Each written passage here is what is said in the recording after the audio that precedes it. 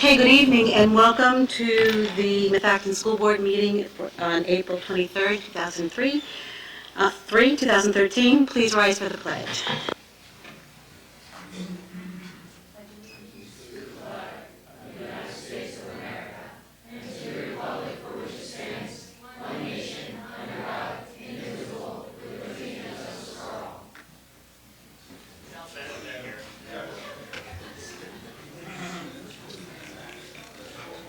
They do it in harmony, that's right, so even better.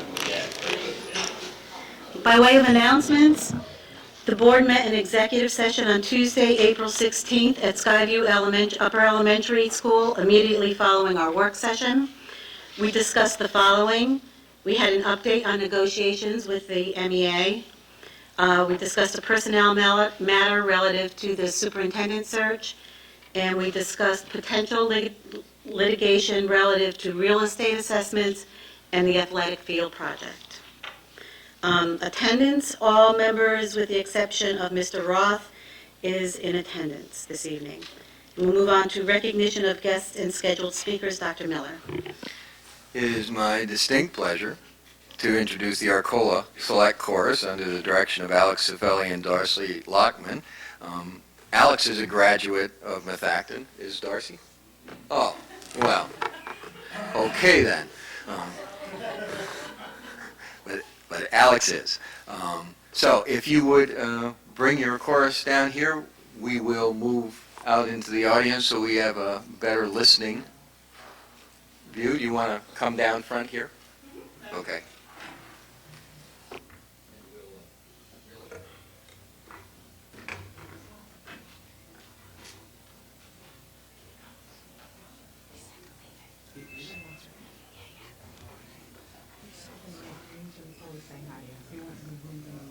Maybe too close.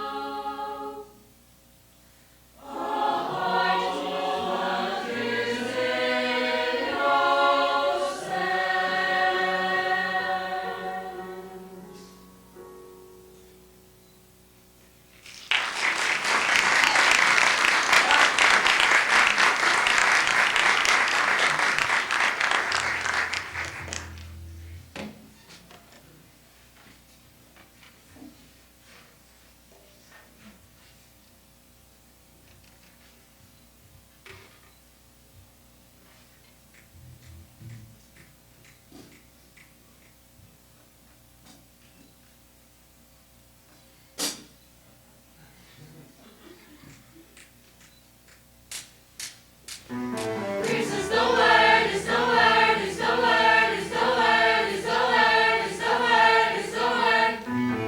I solve my problems and I see the light. We gotta love and think, we gotta be right. There ain't no danger, we can go too far. We start believing now that we can be who we are. Grease is the word. They think our love is just a growing pain. Why don't they understand it's just a cry of shame? There's a light on the green hills that we find right now, that we can be what we feel. Grease is the word. It's the word, it's the word that you heard. It's our groove, it's our meaning. Grease is the time, it's the place, it's the motion. Grease is the way we are feeling.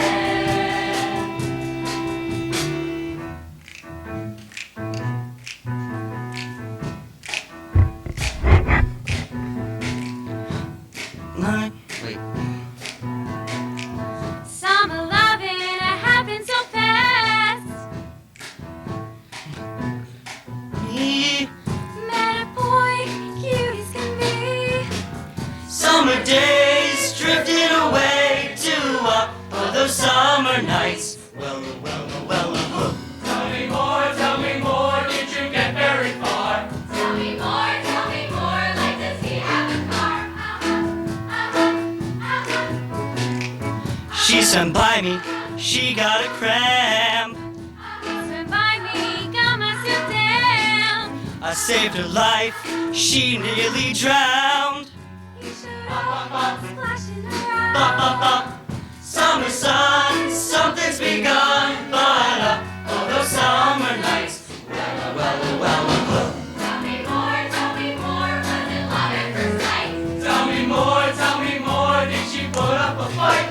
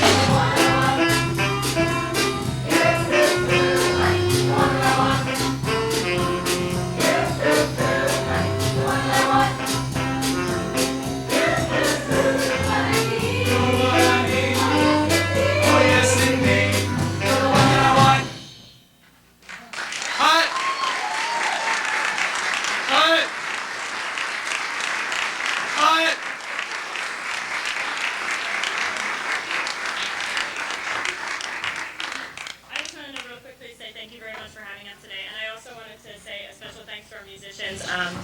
Tom Coleman on the bass, he's a senior here, he's a former student, and Zach Wiegand on the drums, and Joey Leone on the sax, and they're all former students, and they came back and helped us out with this today. So give them a round of applause, they did great.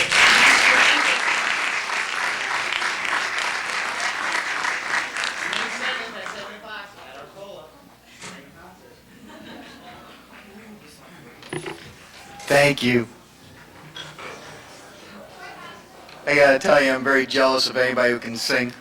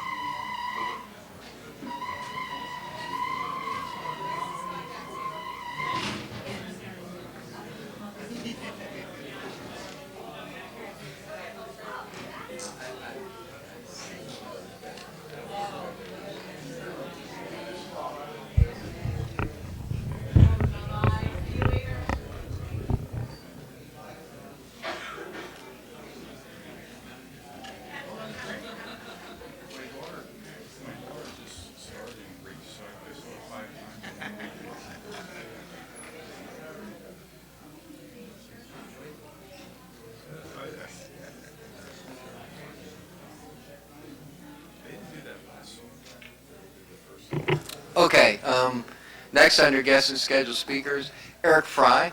If you would come down, Eric wants to talk with us, with us, about the turf field and light project.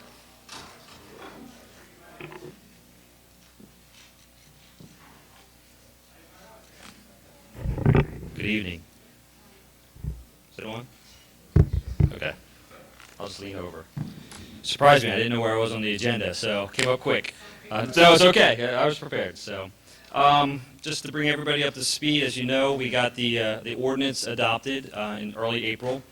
We're now working with the architect and the engineers to get the plans ready. I think we're at a point that we are ready to submit the conditional use application for the lights. Actually, we'll be asking somebody from the board, I assume it'll be Joyce, to actually sign the application this evening, so I can get that submitted as early as possible. I met with Dr. Miller yesterday to request the plan, or the checks for everything I think is approved already, and I don't think anything needs to be done by the board other than I need a signature. So, and then I have the plans, and we'll get that submitted probably this week, if not early next week, so we'll have it ready to go. After we get that submitted, the township then will have 60 days to schedule the conditional use hearing. So in that time, we'll be putting together our case to justify everything that the ordinance requires us to do. And I think one of those things that the board wanted to talk about were some of the conditions proposed or requested by the neighbors. And I understand we'll be talking about some of those in executive session later this evening. I would ask, to the extent they're discussed in public at all, that we don't take a vote on them. My recommendation is that we just talk about them in the back room, let me know what my direction is, and the reason for that is zoning law is litigation. We're in litigation potentially with these neighbors, and if we take a public vote on these items, it steals my ability to actually present the case effectively for the board. So talk about them all you want, just don't get a consensus on any of them in public. And I'll be here to discuss them all with you as well, so we'll get through that. But I anticipate once we get to the hearing and once we file the application, we'll know when that's scheduled. If you recall, one of the things that we have to do is we have to pay for the township's expert, so I think it'll take in the longer range of the 60 days rather than being turned around very quickly for us, only due to the fact that the township's going to want to hire that expert and get them to review our plan. So it will take a little bit of time for their expert to get up to speed, spending our money, unfortunately, but it's the price of doing business. Once we have that hearing, I'm probably going to need at least one person, again, from the school board to testify as to some of the things in the ordinance. Some of the things are easy. It's the noise, what noise, when we use music, basically just to show that we comply with the ordinance. When we'll have the lighting events, we're only allowed to have them Monday through Thursday till 9 o'clock, and then Friday and Saturday till 10 o'clock. So those things you just have to agree to on the record. Again, it's litigation, so there will be a court stenographer at that hearing taking everything down, and then we'll be bound by what we say at that hearing. The other person who will be testifying for us is our lighting expert. and he'll put on the bulk of our case. So I would anticipate our case alone will take an hour.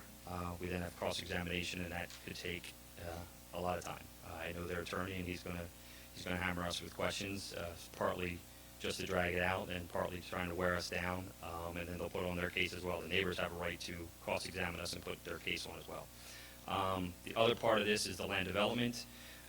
That plan, if you recall, the last time we met, there was some confusion as to what the township was requiring in stormwater-wise. We did have a staff meeting with the township. They came our way on some interpretations. That's the good thing. The bad thing is it led to us having to change the plans. So while they were going to be ready beginning of April due to the township's interpretations, which helped us, the engineers needed some more time to prepare those plans. They have guaranteed us that they will have them by the end of April to our architect, who will then put the plans all together. So we anticipate filing the land development probably sometime in early May. And that then, again, starts another clock for the township to review our land development plans, with really, I think, stormwater being the big issue. So, and I think we're coming a long way in that design process. So, I don't know if there are any other questions you have for me, but that's everything in a real quick nutshell for you. But Do you want to lead us through a discussion of this list? Is that sure. Preference of the board to discuss them? Not reach consensus or vote on Sure. any of them, but discuss them. And I think we're all working off the same list, I believe. It's the one that was circulated the end of last fall, maybe November. I think it's the one that has your comments Yep. on it in red. Good, I perfect. think if we work off that one. Yep. That's yours. Two things. One, can the district meet the conditional use that the township passed? I believe so. I believe we can meet all of the criteria that the township has set for us. Okay, and then the other is, can any of community groups that are in favor of the lights, can they enter their appearance in this conditional use hearing also? They can. There may be certain limitations on, I don't know that the Township Zoning Hearing Board, most zoning hearing boards would let that happen. They can, it's just a matter if they have procedures where they wouldn't let it, will not allow it to happen. There's procedural issues that those community groups may want to hire their own attorney to represent them. Well, and the reason why I ask that is John Harris has hired his own attorney, and the township has allowed them to be represented. And Yep. I was asked if members of the community hired their own attorney that were in favor of this, if they could enter their appearance also. Yeah, absolutely should be able to. And if not, what they want to find is the closest person in that group that lives to the school, enter their appearance individually and represent that group. Okay, thank you. Sure. Will they be able to stand up and comment like they did for the ordinance on the lights, or? It's a little more formal Okay. process. It's more like a court hearing, and all zoning hearing boards deal with this differently because it is a gray area in the law of how strict they have to be. I sit on my local zoning hearing board in Lower Providence. I can tell you, we pretty much let everything, and we want the community to be heard. I'm not positive how Worcester does it, but it's something I can find out ahead of time. So if there's groups in the community that don't want to hire an attorney, can they elect a representative Sure. of their group to speak on their Yeah, absolutely, and behalf? that's why I would suggest having the person, and that's why, it's challengeable, so that's why you want to get the person that's most affected by the lights going in, and that's going to be the person who But yet lives it's the still in closest. favor of it, okay. Exactly, so All right. that's why they want to get that person to speak, which is kind of what John Harris has been. He doesn't live that close to the lights, but he's representing a group that has apparently people that live close enough Mm-hmm. to it, so that's kind of the role he's taken on. Has anybody, are you aware of anybody stating that they'll appeal the township's decision if they grant it to us? Actually, John Harris has told that to me already, so if we wouldn't agree to certain things, he will appeal. He's planning. So, yes. Okay, so it's planned. Yes. So regardless of how we deal with this list, he's appealing I regardless. can't say he used those exact words, but the message was heard, is that being the intent, yes. Yep. And I can just tell you, his two big issues were the level of lighting, where our experts say we have to light them to a level of 50 lumens. His expert says 30 lumens. The other big issue that they have is the number of nights we're permitted to light the fields. The ordinance written in a way that allows them 6 nights a week. Nothing requires us to light them 6 nights a week or use the field. It just allows it to happen. It gives us the flexibility as a school district to schedule it in a way that we can actually take care of all the different groups and sporting events that could happen out there, being practices, band practices, sporting events, or games. The one thing that we did in designing the plans, however, is we tried to work with the neighbors and satisfy them to one extent in that we're designing it so essentially the lights will work on a switch. It's not just turning on and off like a normal light. There's a dimmer built in that we can hit a switch and it'll light it to 50. We think we need that for games. We play games of field hockey, lacrosse, where you have a very small ball, a very fast ball, very dangerous sports, and these games need 50 lumens, and I believe football does as well. We hit the switch, however, and we can lower the lights to 30. So I'm going to say 90% of the time that field's being used, it's going to be at 30. Band practices, football practice, lacrosse practice, all those can be lit to 30. It's just game time that you want it at 50. So to protect the safety of the students and also the residents watching at that point. People don't come to show up for practices and watch, so you don't need to light them as much. But at games, they come. We want them to come. That's one of the main purposes why we want to have Friday night football games, to get some of the fans out there. So with that in mind, knowing that there are his stated 2 issues, I think we can kind of go through the list and hit them. The first ones, to me, is silly in that he's asking us to never ask any waivers or variances from the code that would impact these lights. Basically saying we're locking ourselves in today that we're never going to change how the lights are used. So I don't know if there's any discussion item on that one, because I don't think any one of us can predict how we're going to need these fields in the future. His point number 2 defines what groups may use the fields, and essentially he puts them into 2 groups, or 3 groups I should say, 2 defined groups, which is school-sponsored athletic teams, so school teams, and then related student groups were essentially school groups that are related to a sports team, being cheerleaders, band, what else you would have, people with the flags in the field, all of that. So those groups could also use it and practice on it and things like that. Any other group would be the other group. That's the third category, is anything else.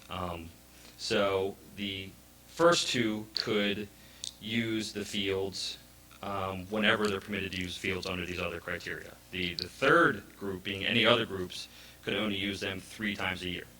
So you couldn't allow any other group to be out there to use it, being any other community group or something like that, but for 3 times a year. So, and then it does also allow graduation exercises and certain other things you may want to have out there as a school. It defines those and allows you to use it for those. So the question is do you want to limit it to 3 times a year for other community groups? Frequency of use is his third comment, and this is something that's addressed in the ordinance. It does limit you to only using it Monday to Thursday until 9 o'clock, and then Friday and Saturday until 10 o'clock. And I'm not positive what times of year, if it stays light to 9 o'clock. There may be points of the year where it's light that late and you wouldn't use the fields then anyway, or you wouldn't use the lights then. You might use the fields, but you wouldn't have the lights on because you would just use sunlight. But it would limit you to those times. That's what the ordinance does. He wants to limit it to different hours, and it really comes down to a very convoluted way of doing things, in that he wants to allow you to have it 3 nights a week, but twice a year you could have it 4 times a week, but if you use it 4 times a week, you have to reduce another week to 2 times a week, and I can just tell you the feedback from the township was, whoa, we're happy with the 6 days a week. We know you guys will self-police it. You won't be using it 6 times a week. But we don't want to be the police coming out there and say, hey, you used it 4 times in the second week of September. You can only use it twice. There's like, we're not gonna be, there's no way we can enforce it, so that's why we're not putting it in the ordinance. So it becomes a difficult one, again, for us to agree to, in that it really limits your ability to do things in the future if there is a demand for it. In a given month, you might have a week where you do use it 5 times. I don't know. I can't sit here and predict how you use it or other schools. would use it. He then goes into not being allowed to use it between graduation and August 15th. Again, that's your scheduling department. I guess you'd have to probably ask your sports department, athletics department, when they would use it during that time or what they would use it for, or any other groups. I just don't, sitting here, I don't know. His other one, which I really don't think you can agree to, is putting in a schedule of how you would use it 30 days in advance. And really where that ties your hands, if you have a rain out on a Friday, you would not be able to reschedule that game for a whole month because it wasn't on your schedule for the 30 days ahead of time. You would have to wait a full 30 days to reschedule that rain out. If you wanted to do a Friday night football game and move it to Saturday, your hands would be tied. So, sure. Yep. Fields Yep. between graduation and August 15th. Is that not using the fields, or is that not using the fields like? Not using the lighting, correct. And that'd be maybe one of those times of year where it is light later. Sitting here, I don't remember, so. Yeah. I know I golf later that time of year, so I golf tonight. Anyway, at Right. that time of the year. There may not be any use, so that may be one you want to throw at them. Again, I caution you when we talk in the back room that letting me know where you want to go on some of these things and know which ones I have at my disposal, so.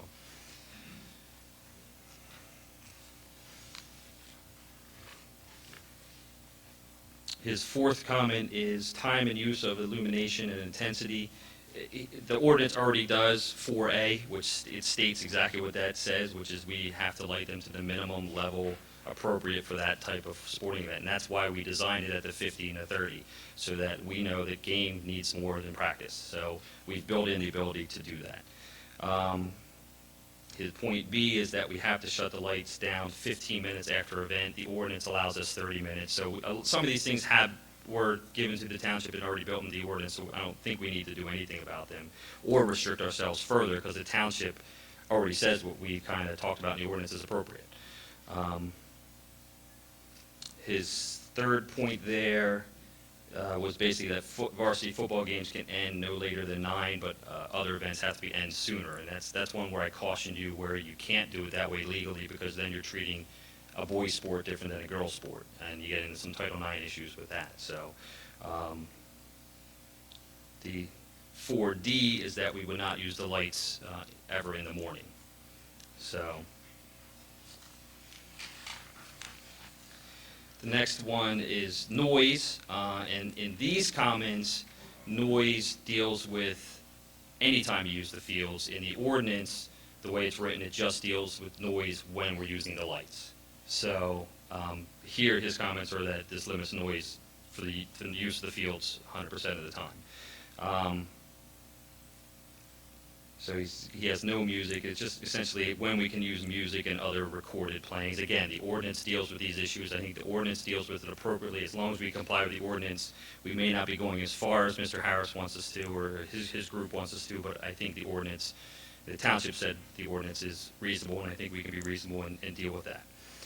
His item 6 is that no lighted scoreboards can be seen from off of the property. And where I cautioned you here is, I think the intent of his language is that we wouldn't put it right next to a property line. That's not what it says. So you could have a lit scoreboard in the middle of your property, and if you're standing in the woods off of your property and you can see it, you're breaking this section of these conditions. So and nor do I think, I mean, as long as you place these lights, these scoreboards appropriately, they're not going to impact the property owners anyway. So his item 7 is that we would never cut down or do anything to the wooded area down beside the bus depot down there. So, and number 8 is that we would develop procedures for the use of the lights.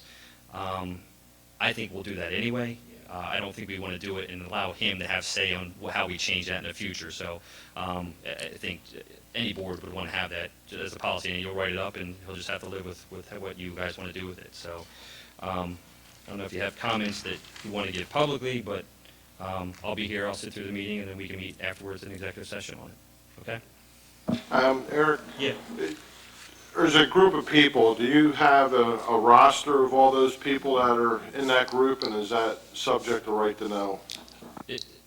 I've never seen the list of anybody in that group other than John Harris. I've been told it's 14 people. That's all I know. And from that, John Harris is not subject to right to know. If the school board has it, then it's subject to it, but I've never seen it. And so I don't think anyone has it here. I know a year ago when we had the first meeting, we did get everybody's name and addresses, so if, we keep referring to John Harris, but, it's more than just. It's the only name I had, so if, I don't mean any offense to Mr. Harris, it's just the only person I know in that group, so, yeah. Tim had a community meeting, yes, so I don't know if that's in his notes anywhere or in the packet. I'll look for it tomorrow. We've got a couple of file folders full of stuff, so. Eric, I just want to go over one question, if you could just clarify for us. Way back when we had the meeting at Eagleville, when we did have some parents there, and there were, I think you were there too, one of the Yes. first things that we said was that we do not, and as a board, I think we pretty much unanimously said, we do not want a document, this document, we don't want this. Correct. So I guess where I'm getting, and I'd like clarified for everybody else, is what exactly are we doing then? Because we do not want a document, we do not want to tie our hands for generations to come, because, the truth is, we don't have any idea what activity might be on these fields in 20 years, 30, 40, 50 years. So if you could just go over that again. Absolutely. At that meeting, the list was presented to us in a form to be a contract entered into between the school district and John Harris.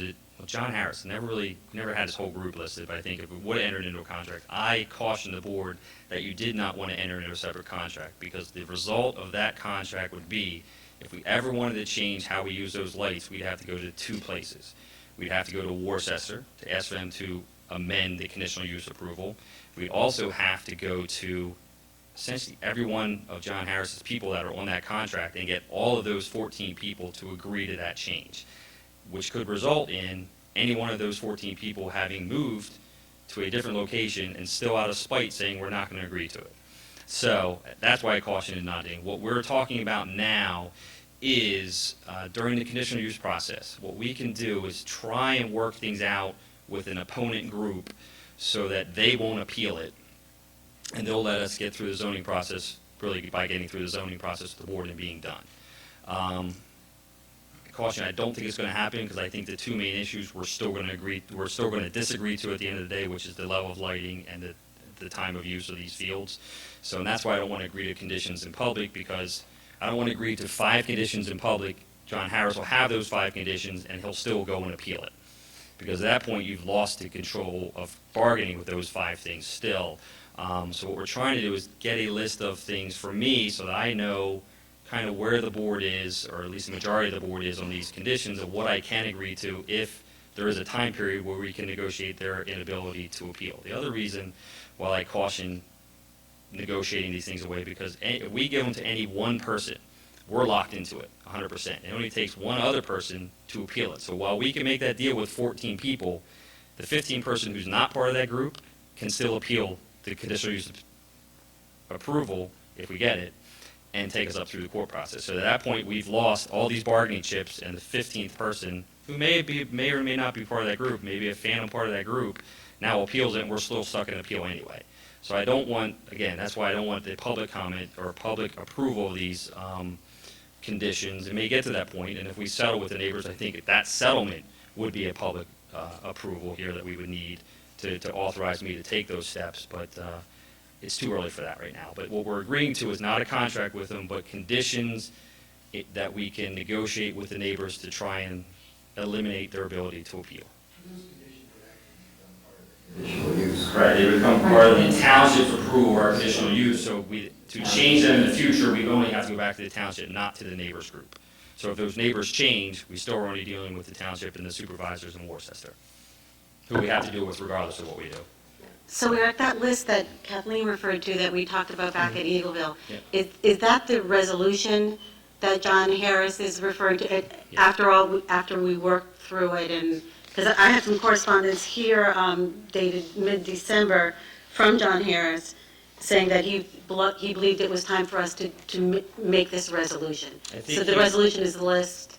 It was, and he was calling it started out, he was calling him a contract, and he changed, the document itself didn't change, but he changed the heading of it, and I think it was. At that an time, we turned it to agreement. resolution, all right, so Exactly, it was the same resolution thing. agreement, exactly, now it's changed to be conditions of approval. Okay. But yeah, that's how, and actually, I think through even my memo to you that had the red comments on it was actually a series of memos that kind of came through his changing documents. Okay, thank you. Sure. All right.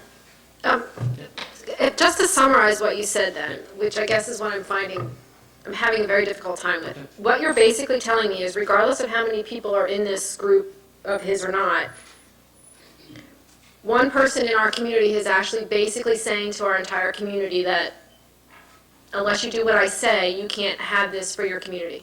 That's what happened in 1995. In 1995, the one person who appealed it and stopped us from getting lights was, it may have been two, but one of the couple that did that was John Harris.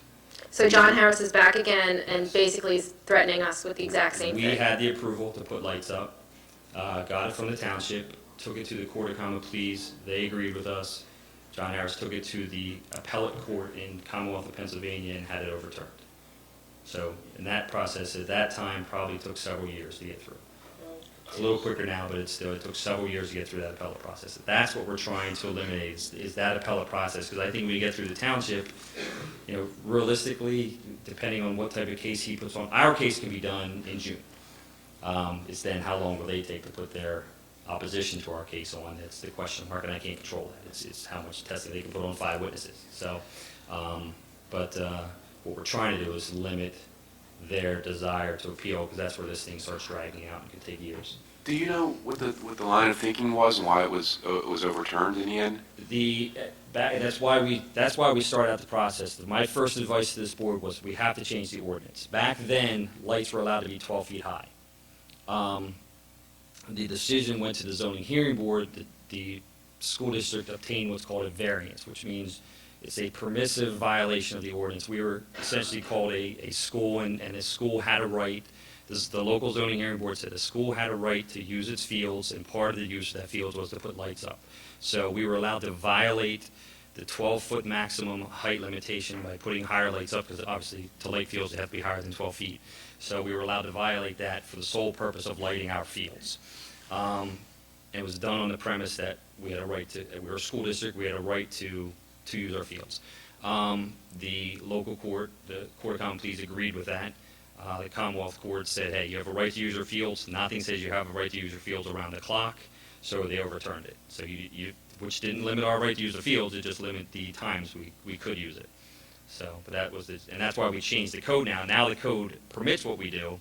We just have to prove that we comply with what that code tells us to comply with. It really kind of changed what we're asking for and who has the burden. Right now, John Harris has the burden to prove. Once we say we prove we can comply with all those criteria set forth in the ordinance, which I think we can. That was Mr. Phillips' first comment to me, is I think we can. Our experts are telling me we can, and I trust our experts. So, so once we prove we can comply with all things, the burden shifts to John Harris then to prove that these lights somehow impact the neighbors more detrimentally than lights should. So it's a tough burden for him to prove, I think, at that point.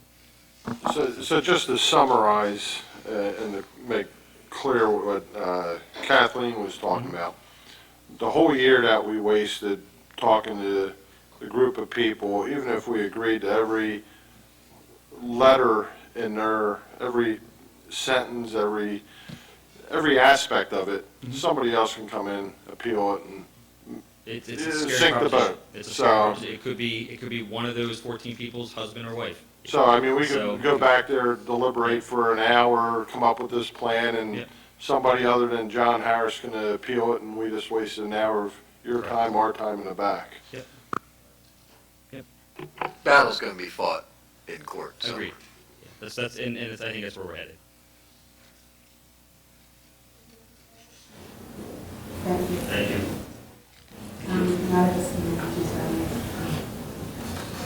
Okay, let's move on. Moving on to reports. Finance Committee, Mr. Nascimento. Nothing to report at this time. Lots of discussion during fiscal items.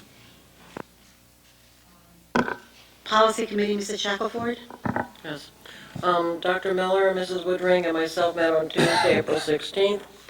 As agreed as a previous board meeting, the Policy Committee reviewed 5 board policies. Changes were made to Policy 001, Name and Classification, and Policy 004, Membership. The following policies were updated by PSBA to reflect the current law updates. 302, Employment of Superintendent, Assistant Superintendent. 308, Employment Contract Board Resolution. And 312, Performance Assessment of Superintendent, Assistant Superintendent. And Policy 822 just had a title change.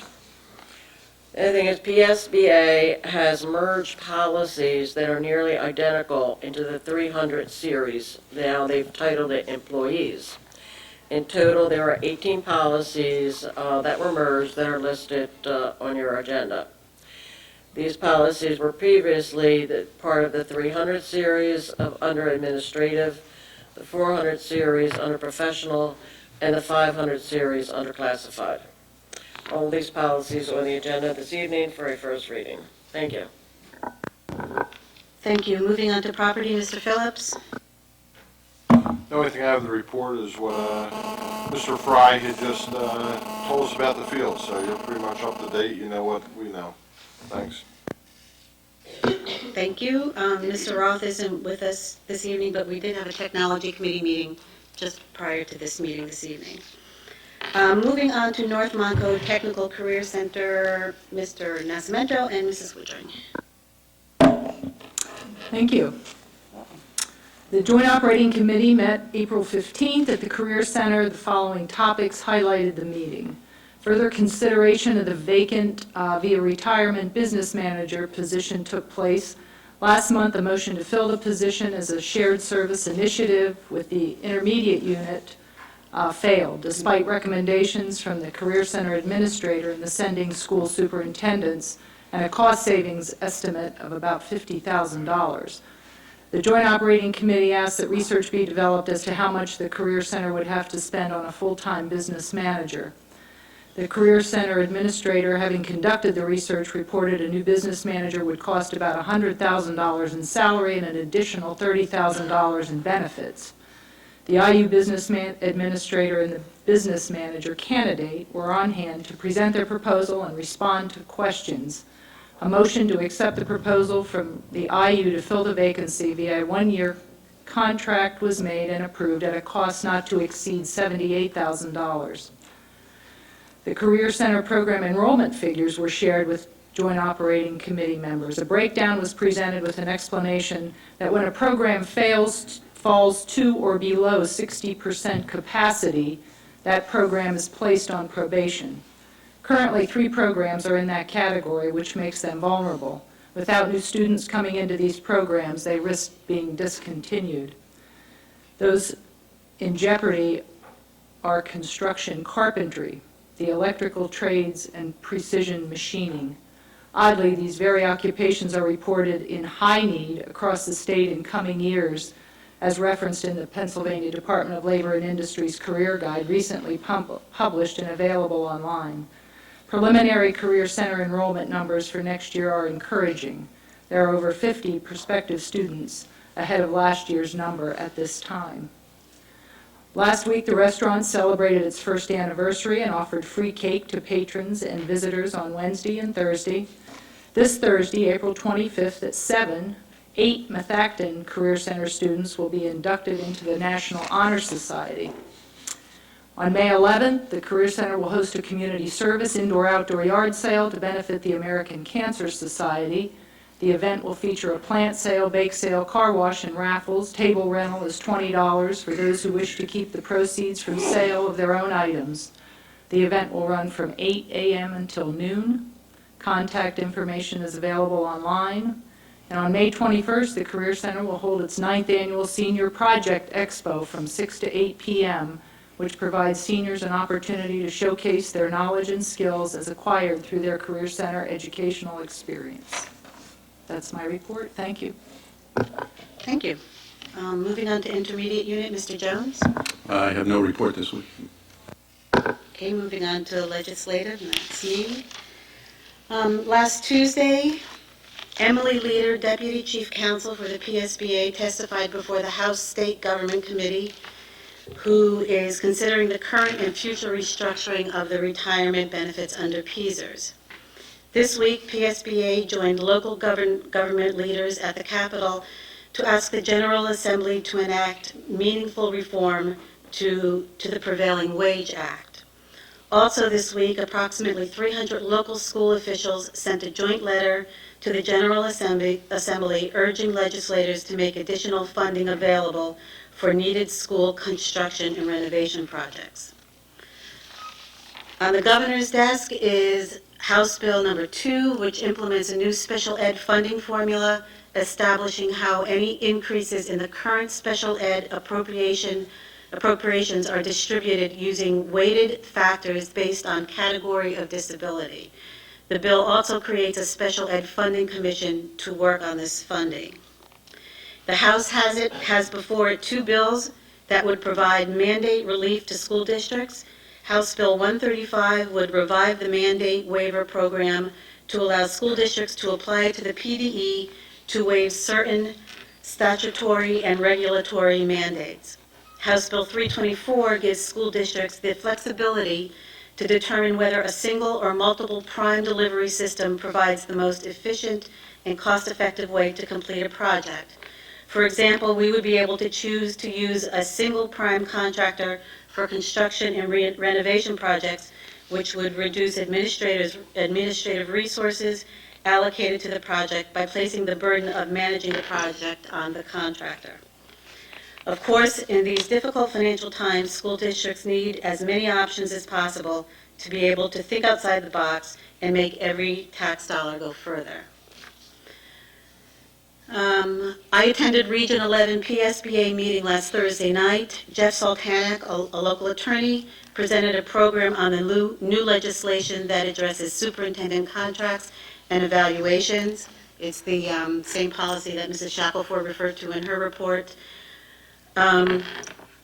This legislation requires many additional items to be included in his or her contract that was never required before, and also requires that the superintendent's annual evaluation include certain required elements that are not included now, and that it also be posted on the website. 2 weeks ago, Mrs. Woodring and I attended a leadership symposium on advocacy in Penn State, and Mrs. Woodring has a report on that to deliver. And that concludes my report, aside from Mrs. Woodring. Thank you. Thank you. As we've been discussing legislative advocacy as a board for a few months, it made sense that we attend this seminar to learn more about how to support legislation for public education. We benefited from the expertise of a variety of speakers with different perspectives on our subject matter. Our first speaker was State Representative Kerry Benninghoff, serving the 171st District, Center and Mifflin counties, which include State College, Bellefonte, and Reedsville. He spoke to us about the state budget, noting that the state of Pennsylvania spends $860 per second, which is down from the recent past. He noted that in a pie chart perspective, education spending is second at 43% of the total budget. He encouraged us to develop our local school-related priorities and arrive at a plan that will get the attention of others and lawmakers. He mentioned that in Center County, what gets the attention is deer and potholes. Our second speaker was Dr. Terry Madonna, who is a director for Center for Politics and Public Affairs at Franklin and Marshall College. He spoke to us about political and voting behaviors. He's the founder of the Keystone Poll, founded in 1992, renamed the Franklin and Marshall College Poll in 2008. Talked about the national political climate, observing that it's tough to get anything done because the country is deeply divided along partisan lines. While problems are acknowledged, there's really no agreement on how to fix them. He observed the next race for governor in PA will probably become ugly, with 10 Democrats already lined up to run against Governor Corbett. He indicated that the Penn State scandal will definitely be influential in the next governor's election. Our next speaker, Stephen Garris, was a retired colonel, over 25 years Army experience, currently chair of leadership department at U.S. Army War College. He spoke to the group about critical thinking and good judgment. He offered decision trees designed to assess and correct the root of the problem, not treat the symptoms. He talked about how important it is to get different perspectives versus opinions. Emphasized the need to create and test theories about what will work, what is valid and invalid in terms of problem solving.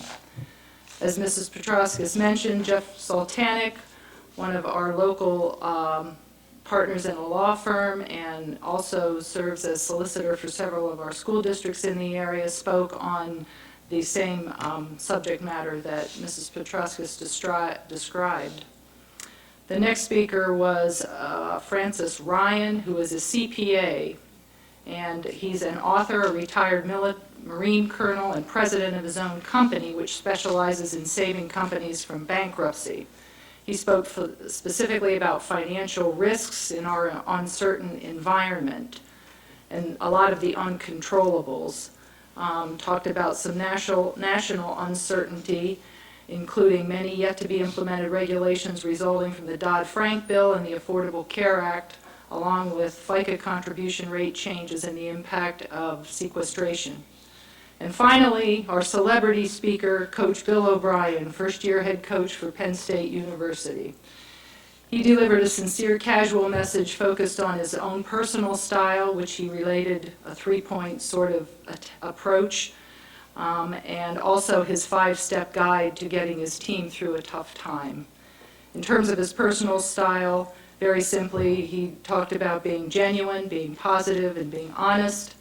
And his five-point plan for getting his team through the rough time included an open, honest communication, communicate a realistic strategy to keep moving forward, focused on what was controllable, such as conditioning, team behavior, getting his players to class, and not complaining about the past.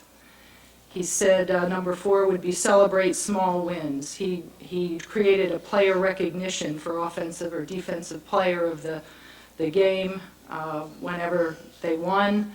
And finally, he said they all should take care of each other, have fun, and stay healthy. That's my summary. Thank you. Thank you. Moving on to community liaison, Mrs. Barone. For Lower Providence Township, Supervisor Sorgini presented a check to the Methacton Post-Prom Committee at their meeting on April 4th. 2 members of the committee were there to accept that donation. So I would actually like to thank the Lower Providence Township for their support. This event would not take place without the support of this community. So we do appreciate that. The next thing is Lower Providence Township Chief of Police Francis Carroll will be hosting chats with the chief tomorrow night at 6:30 at our high school. He will be discussing teen driving safety and teen driving laws, I guess. Thank you.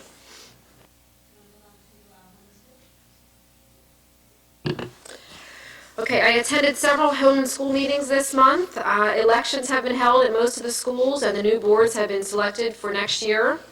The end of the year activities are in high gear. The variety shows, talent shows, end of year picnics, carnivals, the fun days, they're all in their final planning stages, as well as the teacher appreciation luncheons that most schools hold. The calendars have been submitted by the home and school to the school district, so basically that has been reviewed by the home and schools and the principals, and it'll be reviewed one more time, and then they have a chance to see if there's any conflicts before July 1st and when it's released, and no changes can be made.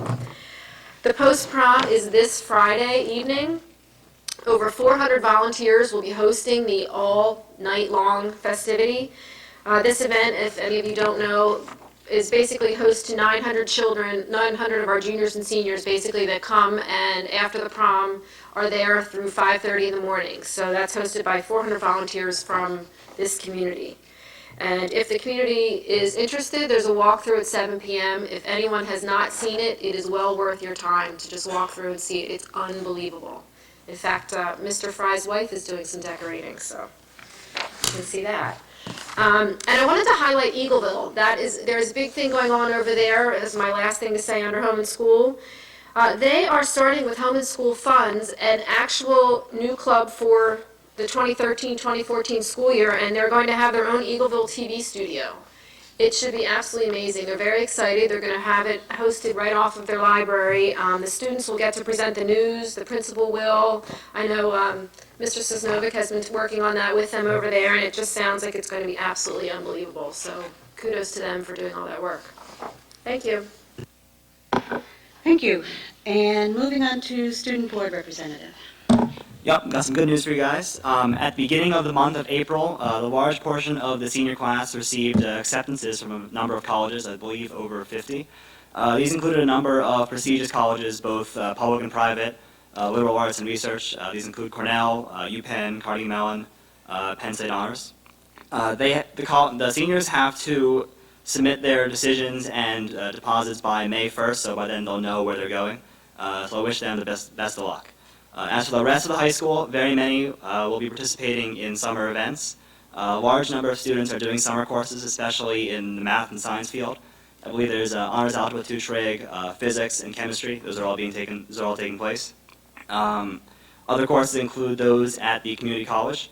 A number of other students are doing research at a number of prestigious colleges, including MIT, as well as prestigious residential courses in colleges such as Brown and Dartmouth. And I think that's it. Thank you. Thank you. And Superintendent's report, Dr. Miller. Thank you. Haven't done one of these for a while. I am getting reacclimated. Probably wasn't as difficult as I thought it was going to be, meeting with a lot of staffs, getting out to meet with most of the building staffs. A couple of things I want to tell you. I am working on contacting search firms for you. I'm working on that today. I'll talk a little bit more about superintendent search with you in closed session about that process. Stuart and I are working on the budget. I've been spending some time going through it. We're planning a budget session for you on the 14th, work session, kind of a budget workshop. We'll go through, since I haven't had a chance to do that for you and with you yet, and I don't think Stuart has either, go through the whole budget, category by category, where we were, where we are, where we think we're going to be as we look at the ending balance and those kinds of things, where we are at 2.95%, what it looks like at 1.7, what it looks like at 0, what are the impacts, take you through that and answer questions, and just really have a whole full discussion of where we are on the budget right now. We'll do that next month. And I think it was Mrs. Brown asked about the Jump Start program. That is continuing. When you first mentioned it, it was kind of rattling around in my brain, and then I remembered it. We started that way back when I was here, and it's really a successful program. It's a program where after registration we identify some students who need a little jump start before kindergarten and bring, I think 15 of them, is it 15? 15 youngsters in and spend some time in the summer really kind of helping them get ready because they aren't quite ready, and it's working. But that is continuing. The answer to that question is that it is continuing, and I'm glad to hear that. Working with the technical education people, which from my background were industrial arts back in those days, now tech ed. When the Arcola building was scheduled for renovation, they weren't quite ready to alter their program the way a lot of districts have over the years, and we're kind of starting to get there now. So some money was set aside for them to do some things in there. We're now working with them. We have another meeting this Friday. We looked at some of the equipment and redesign needs they have, and now we're talking about the curriculum program as it fits together with that. Should have a report for you on that next month. I'm waiting to see what they have and to get some prices. I don't think it's certainly within what was left over there to do that, but that part of the renovation was just put on hold because we didn't want to redesign a room that didn't have a program to fit it. So they were just put on hold. There are some things that need to be done, and that the paint room over there, for instance, has always been a problem, and some of those things need to be fixed. But I think they're ready now. I think they're getting to the point where they've got their program design, are ready to start writing their plan courses and ready to go. For your information, and in case you will hear this term out there because it's being talked about a lot in the district the last couple of days or so, I've frozen the budget. Okay? Here's what that means. Every expenditure of funds from here on out now for the rest of the year has to be individually and specifically approved by me. We are really looking at what we can do to make sure that everything we spend is absolutely necessary and critical to the program for the rest of the year, so that we can have the kind of ending balance that we need in order to guarantee the budget that we've proposed to all of you. So if you hear the budget's frozen, the budget is frozen. That doesn't mean we're going to affect programs or we're going to affect continuing expenses. I know there were concerns, are we still going to pay our officials for the game? Absolutely. But we're looking at everything, and if a proposed purchase crosses my desk that I look at and say, I'm not sure, then somebody's going to get a phone call and we're going to talk about whether that really needs to be spent at this point in the year. So that's my budget freeze, in case you hear about that. I used it when I was here before. It's very effective and does a couple of things. It really holds people's feet to the fire, as they should be held. And two, it gives the business manager a little more comfort in when he starts saying, this is what I think the ending balance is going to be. He has a little comfort in knowing that something's not going to throw that off and throw that out of whack at the last minute. So that's what that's all about, in case you hear that. I am getting reacclimated, and this is the first board agenda process that Don and I went through, and I'm afraid it didn't work as well as I hoped it would work. I apologize for that, but we told you last week that the financing team would be here with the bond issue resolution, and I don't see it on the agenda.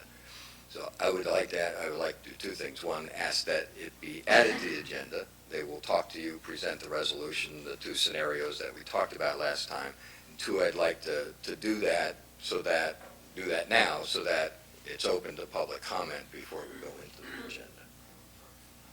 So if somebody could do that, make a motion to do that so that we could public comment and then you could discuss it later. Do I have a motion to add the presentation of the bond reissues to the agenda this evening? Mrs. Woodring, do I have a second? Mr. O'Neill, all in favor? 8-0, motion carries. Thank you. Thank you. I'll try not to do that to you again. Okay. At this time, I'll take public comment on any board action items this evening, Including the bond issue. including the bond issue. Are there any public comments? Mr. Andrews.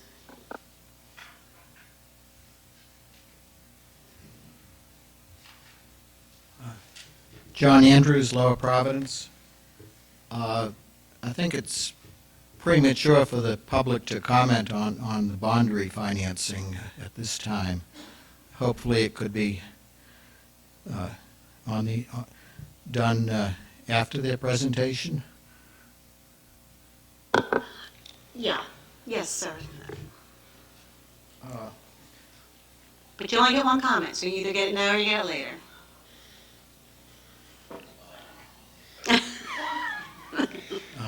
You can combine the two of them. You're charitable. On the planetarium, it's $250,000. It's a lot of money. I talked some with Mr. Williams, the planetarium instructor, and gotten a number of questions answered. But I think the presentation that we had last week relative to curriculum was a lot of iffy and concept and things like that, and there was nothing said about what grades the planetarium would be utilized for, in contrast to that, the school district has quite extensive procedures for approval of new textbooks. And new textbooks might be $5,000 items or $10,000 items, not $250,000 items. And I think that the present setup hasn't failed, but apparently because of the difficulty of making slides now in the digital world, it's hard to get new programs for your present equipment. And relative to the cost,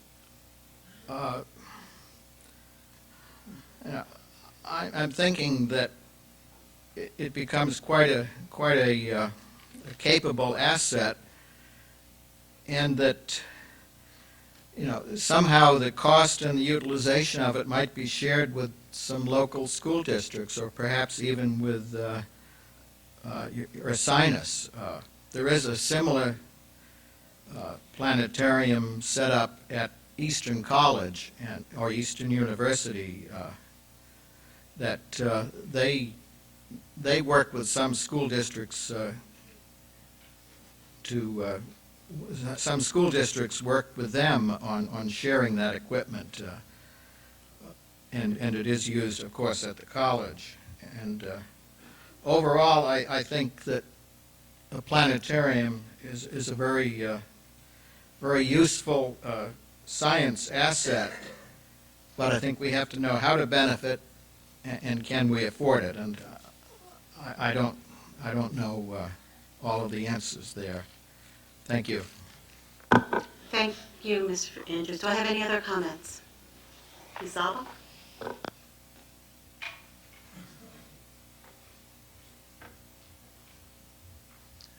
Katie Alaba, Eagleville. I have to disagree with Mr. Andrews, and I have been for the last couple weeks. I believe that the planetarium is very useful to us. It's been behind my home for 41 years. Unfortunately, I don't think the school board has put a lot of money into it, and I don't know how many years. Mr. Phillips spoke to the fact that they're using a slide projector. I think it's time that we brought the planetarium into the 21st century. My only question is, like, the lease, is it a yearly lease, like when you have a rental property, and if the prices would lower, would the payment be lower? I mean, I know it's $250,000. I have over the years seen a lot of money be wasted in this school district, but this is educational. And Mr. Williams stated last week that the Keystones exams are going to be testing more on astronomy, which I wasn't aware of that. I know a lot has changed, but I think the planetarium is great. Both my children used the planetarium. They loved it. From the description of the game last week, it sounds like it'll be a lot more interesting than it is now. I noticed I got an email the other day that they're going to be having some programs in May for the public, which I think is great. I think there should be more.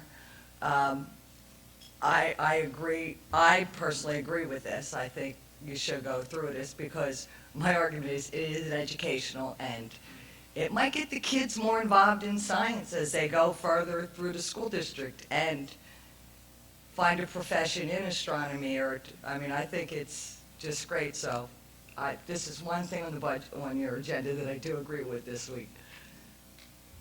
Thank you. Any additional comments? Mr. Evans?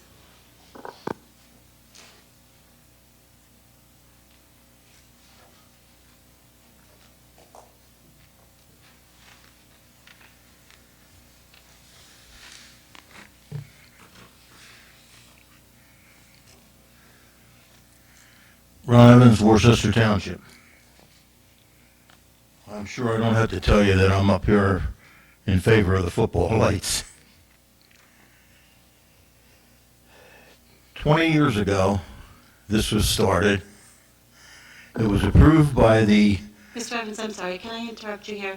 We're not voting on anything this evening for the athletic field project, so you're going to have to save your comments for courtesy of the floor. At this time, we're only taking comments on items that we're taking action on this evening. I can comment later? Yes. Thank you. I'll be back. Are there any additional comments on items we're taking action on this evening? Yes, sir. We are not voting on the budget. You have to say that to courtesy of the floor as well. And then you can speak about anything you'd like. Any other comments? That's fine. It's not a problem. Yes. At courtesy of the floor, which is later on in the agenda, you can speak about anything you would like. Do I have any other comments on items that we're taking action on this evening? If not, we'll move along to board meeting minutes. Do I have a motion to approve the minutes from the March 26th and the April 9th, 2013 meetings? Motion, Mr. O'Neill, second. Mrs. Shackelford, all in favor? 8-0, motion carries. Thank you. Okay, let's move on to fiscal items. Mr. Whiteletter. Well, we do.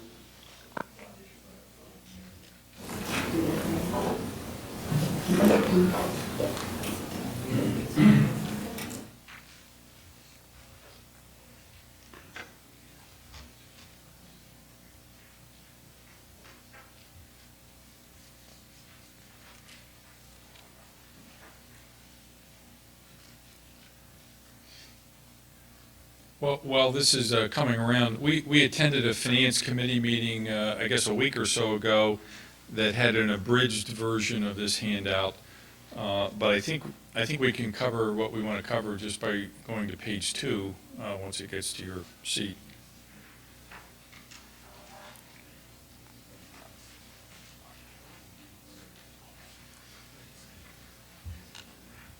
Okay, so on page 2, just 3 or 4 highlights. Well, that's still coming around.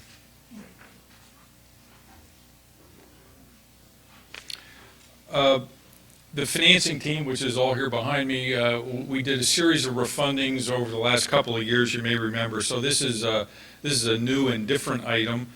Those 3 refundings saved several $1 million that will be in the current budget and the budget that you're working on right now. And then in the next budget year, your what we would call the run rate for your bonds for the local efforts for your debt service payments will return to what was the normal run rate of $10.6 million. So in that year, it's going to look like an increase, but it's really just going back to what it was because we had these refunding savings. So 10.6 was your normal run rate. That's in 1A. In the bonds that we issued, Moody's rates the district AA2, which is very good. The last issue we did in the fall of 12, they did put you on negative outlook because of the fund balance. So I just wanted to mention that there's a chance that we'd be downgraded to AA3. We would still be able to complete the bond issue, just the interest rates would be a little bit higher, but I just want to mention that. So the goals of the new financing plan, we were asked to structure some schedules, which are here, for the possibility of $5 million for new projects. You need to have reasonable expectations to spend 85% of the money over the next 3 years from settlement. So if we settle, call it July 1 of 13, you'd have to have reasonable expectations by July of 16 that you would spend the money. In number B, 2B, again, your run rate for debt service is going to go back to $10.6 million. The option that we were asked to present was, could we borrow the new money and restructure the debt so that instead of $10.6 million a year, we would be paying $9.5. Okay, so that's the refunding scenario. It's contained in here as scenario number 1. We're going to talk about that. And then number 2 would be a debt service restructuring without the new money, and then keeping the payments still at $9.5 million, but no new money. And then as I think since our meeting last week, we came up with this scenario 2A, which if you choose not to do the new money, it leaves the possibility that in year 2 or 5 or something like that, if you need to borrow $5 million, there's room that the $9.350 run rate could go to $9.5 million at some future time. So that's what scenario 2A is. So that's a new option from when we met with the Finance Committee. Okay. Just by way of some charts, if maybe we just go to the next page real quick, page 3. again, just to rehash what I tried to describe to you there, in column number 2, this is what you will pay, and this is like the do-nothing column, column 2. Yes, sir. Quick question, on 3, scenario 2, is there a time, you say we'll be able to go and grab that $5 million a later date. Is there a expiration date of where that run will end? Well, yeah, the best way to look at that, maybe I'm jumping ahead, would be page 5. Without getting too far ahead of myself, in column number 6 on page 5, so this is the scenario 2A, you get no new money at settlement, we redesign the debt service so the run rate is $9,350,000 in that column number 6. So the whole way, it looks like the next, 12 years or so, your payments are $9,300,000. So at some point, any of those points in time, you could borrow about $5 million, depending on where interest rates are, and the payments would be $9,500,000, the new payments after the new money. Does that 3-year expenditure still apply? Well, it depended on the rules at the time, but, I mean, they've been the rules for a while. That's an IRS rule. That's an IRS rule. I guess 1986, they came out with that one. Well, why don't I go back to page 3 again, just for a second? So this is the scenario 1. This assumes we do the restructuring. It assumes you get new money, and it's designed so that at the end of the day, your run rate is $9,500,000.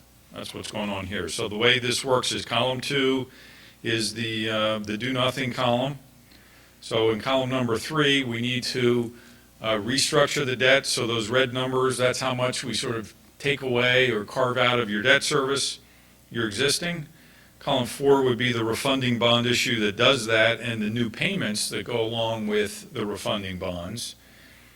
And then column number 5 is the new money bond issue and its payments, roughly $150,000 a year, which is the interest only, and then a large, call it a half payment out there in 2026. So if you have your pencil, it's column 2 minus column 3 plus column 4 plus column 5, that equals column 6, and so all that gets you to a $9,500,000 run rate, beginning with the next budget out. So that's scenario number 1. And then there's the colored charts down at the bottom. The gray is the debt service we don't do anything to. The purple is the restructured debt service, and the blue is the new money. I think that's almost identical to what we showed the Finance Committee the other night. So what we're saying is if at any point in time, if we don't take the $5 million now, we can take it later. And basically, all we're doing is rolling the dice on interest. That's with, that's with scenario 2A. Right, that's what I mean. Yes. Yeah, so just quickly. I'd like to just add one Yep. thing to that. These are all great guys. They're good friends, but they're not volunteers. So I would just caution you that at taking that later and not doing it now, you pay twice. Oh, yeah, no, I'm just, Okay. right, I don't want everybody. There's a price to pay beyond, yes. Yes, there's their fee for the deal, the second deal. We are good guys. Guys are, yes, you're good guys, but you're not free. That's right. Yeah, every time you do a deal, you have to pay them, and then there's the potential for the higher interest rate. And as long as we feel confident that we're going to spend 85% in the next 3 years, we're... Well, yeah, and I think it's reasonable expectation, and probably Eric could. Well, I'm not worried if the fields come about. If the fields, that's not an issue, all right? But the problem is that if this thing gets dragged on until, the year 3000. But, and that's the question I think you have to ask your attorney, because I'm not sure the IRS will see someone dragging you through court as that would have been a reasonable expectation. Is that so? So if that were to happen and keep you from spending it, those bonds would probably not be taxable. But we know that's a reasonable expectation, that we know we're going to. We know that's going to happen. We don't know that it's going to take that long. Well, I don't think the IRS lays that on you, is what I'm trying to say. Well, and do you have an opinion on that? What's the IRS's typical stance? I'll turn that one over to John. The tax guy must be standing up. John Cox from Roads and Sign, and here tonight as your bond counsel. There's a federal tax question as well as a state law question. The federal tax, as Mr. Williard said, you have to have reasonable expectation as of the date of settlement. I would say, based on what I heard earlier this evening, assuming a portion of those funds would be used for the lighting project, that's what you're referring to, and also knowing some of the law in Pennsylvania as the conditional use and the burden shifting that he mentioned, that I would think that it'd be my view that the board would have a reasonable expectation that the project would move forward based on what I heard this evening from a federal tax perspective. There may be some unknowns in terms of the absolute timing of that, but One or more or a staggered group of people might continually take us to court would not be seen as a dereliction on our part in terms of reasonable expectations. yeah, I haven't done any research on this in advance on this specific issue, but I think based on what I heard this evening, the board and your experts are fairly confident that the project will move forward, that they'd be able to satisfy the conditional use requirement. And the burden is really a heavy burden on opposition. So the second requirement is a state law requirement under the Debt Act that you have to have project cost estimates for the use of the funds, and we talked about that a little earlier. And so if we did this, the new money, and then we had a reasonable expectation it was going to happen, we were going to spend it within 3 years, and then something happened and it prevented that, and the IRS said, well, you should have thought about that, you're going to have a penalty. The penalty is just the taxation of the amount of money. No, I think it's determined at the time of settlement, or when the board actually votes to incur the debt. You have a reasonable expectation the project will move forward. Now, if the project does not move forward, and you have unspent bond proceeds, there are different trains of thought on that, but on a school district of your size, given the amount of money we're talking about, $5 million sounds like a lot of money, but given all of your facilities in a school district of your size, our first recommendation is to save that money to be used for capital projects that arise, roof, energy, other capital projects. The other option is you can of course escrow the proceeds to the first call and use it to pay off the bonds, but you have to wait 5 years to do that. You've already incurred all the costs of issuing the bonds. That's why we typically recommend that the proceeds be saved for a capital project, another capital project when the need arises. And the Debt Act does contemplate that you can supplement the original bond authorizing resolution to use those proceeds for a capital project that was not contemplated at original issuance. So that's typically what we recommend, is hold on to the bond proceeds. You can use them to call bonds, but it's a lot better use of the funds usually to put them to use on another capital project. Under what scenario would the IRS say at some point those are taxable bonds? Well, I think you have to be able to identify, some, through your capital planning process, that you have a project. If you can say, look, we have no capital projects in the next 3 to 5 years, which is unusual for a school district, then you have to escrow the proceeds to the first call date. But that rarely happens. Well, we can drag this on forever, I'm sure, but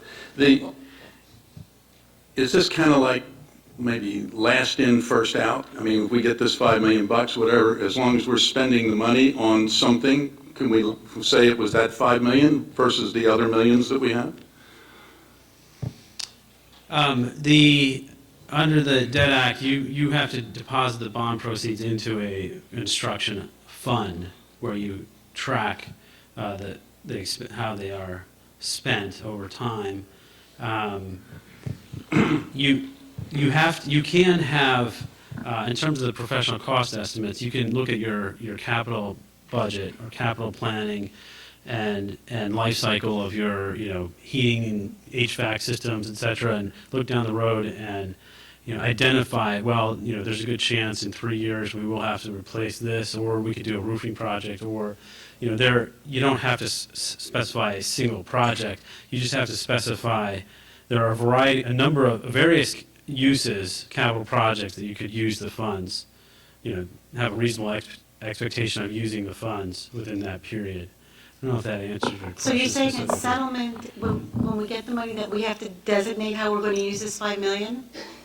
Well, in the In a authorizing. broad kind of, Yes, and that's the state law requirement. In the authorizing resolution, you have to have cost estimates for the projects for which you're incurring the debt. It doesn't necessarily have to be prepared by an architect or engineer, but someone who's familiar with bidding, your facilities people, for example, have to go through the exercise of putting together cost estimates on one or more projects on which the proceeds could be spent. A couple problems I have. One is, just to get this light ordinance, we're coming up on 2 years when someone made a promise that it was going to get passed. Land development through this township, I've seen projects take 5-6 years. And third, we know this going into it. And as far as the IRS, they go back and look at our minutes to our meeting, the video, and we're sitting here discussing that, hey, potentially, chances are we might not be able to use this money in time. That sort of already indicates that we knew and suffered consequences. As far as getting this money, and then it's like Nancy Pelosi saying we have to pass the bill first.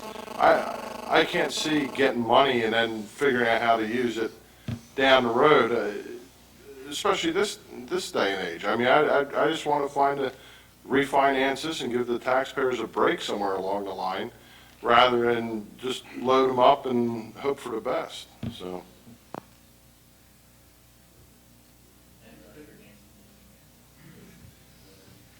The contrary to that is that the project does come on board, and then where are you grabbing the money? What stops us So, from I mean, borrowing you know, money? you have What to- stops us from borrowing money? at that We haven't point? we've spent a lot of time, we have architects, we have spent a lot of money so far on getting this project going. It's a real project, it's not a funny project just to get money. So if it comes about, it's going to cost. And what stops us from getting financing at that point? Well, not enough.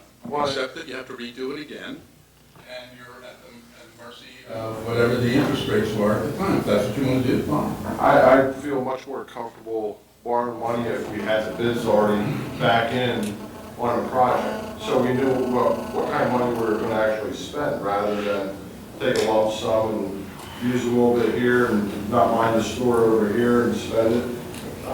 But I think, we're just getting a little too far ahead of ourselves, and let's get the bids out. When that time comes, then we go with the money. I think 6 months from now, money's not going to change much, and that's what we do. And I have a just question one, for- I have a question and for Glenn. I just want to make Glenn. sure I understand where you're coming from, and that's right.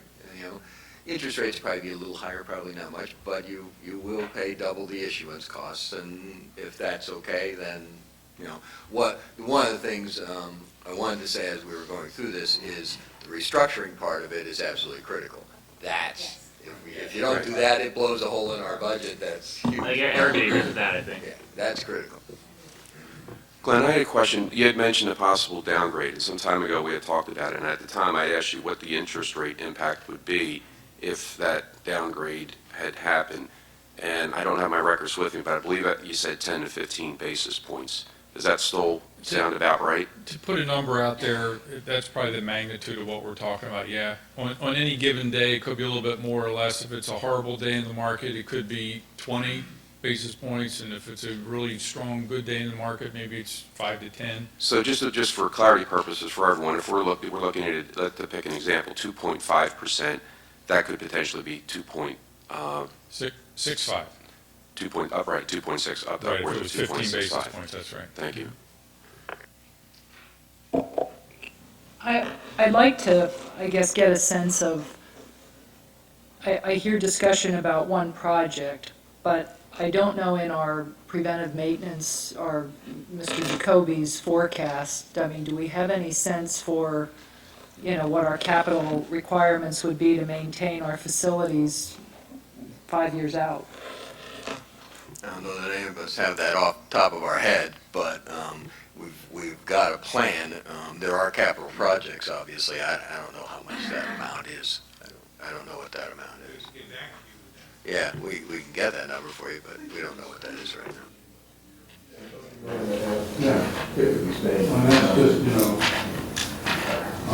The only other thing I would say that we need to kind of keep in mind here is, as we're spending money on these projects, it is non-budgeted money, and it is drawing down our fund balance, which is what's causing the problem with the rating. And so, these are all kind of swirling, spiraling things, but as we are spending money on lawyers' fees and architects' fees and all that, that's where it's coming from, because it hasn't been budgeted, because eventually you're hoping to repay all that from the borrowed money for the project.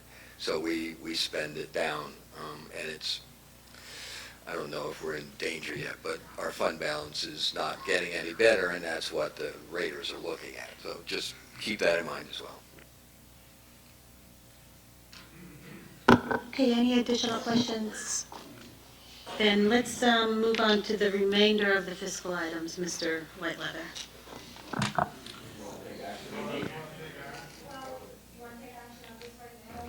You can take action on one of the scenarios.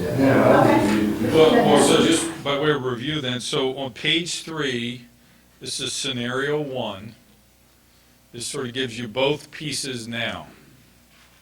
Gives you the restructuring, it gives you the cash, gives you $9.5 million run rate. So it's all now.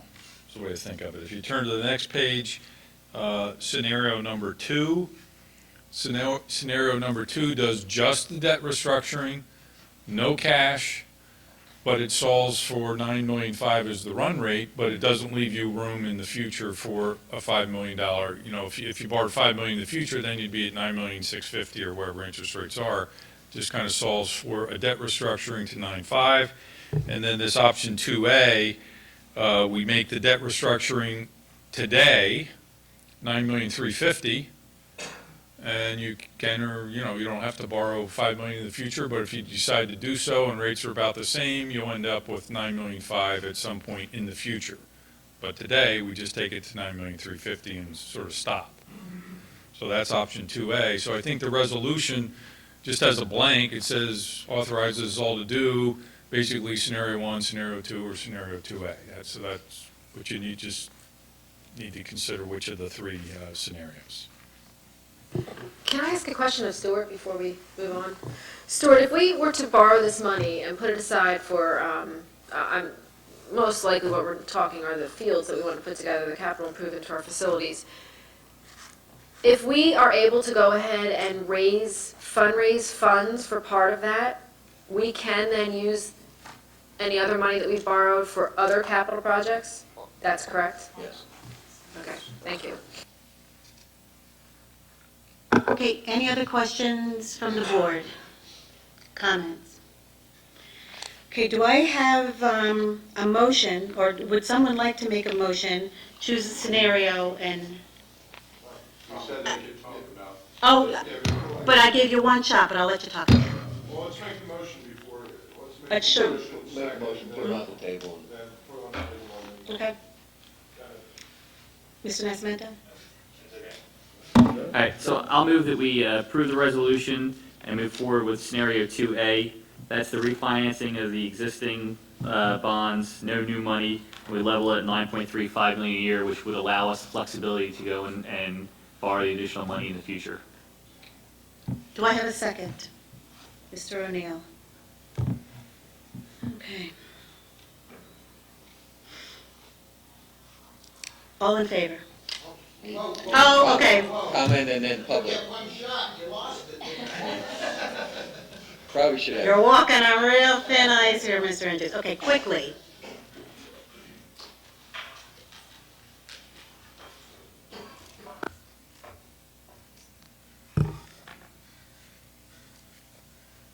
John Andrews, Lower Providence again.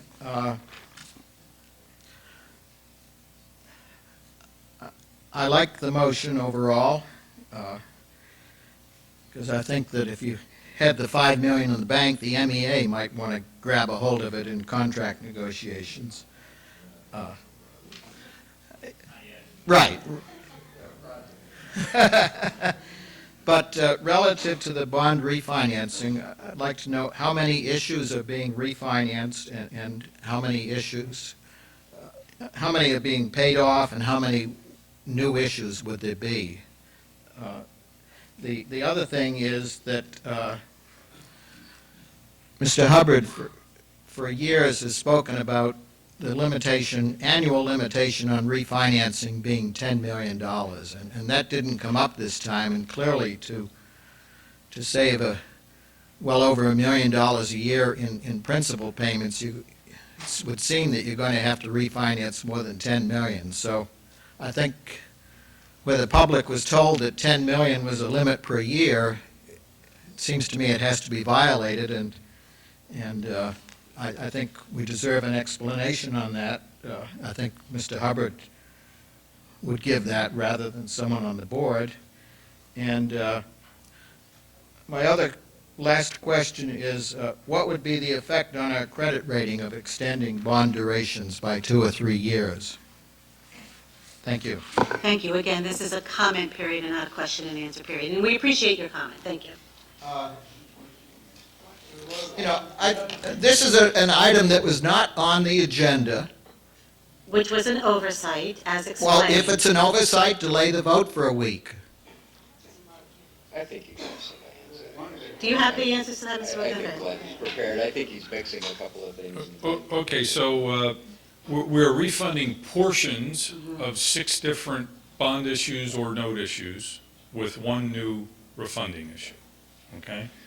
With respect to the 10 million is for what are called bank-qualified bonds, which is what we designed the previous refundings to be. If you can issue 10 million or less in a calendar year, you receive slightly lower interest rates. What's contemplated here with the scenario 2A, this would take 12,305,000 based on our calculations. So for calendar year 13, where we've issued no debt yet, these would be non-bank qualified. They have slightly higher interest rates, which are already factored into all of this. I think those were the questions. Thank you. Any questions from the board?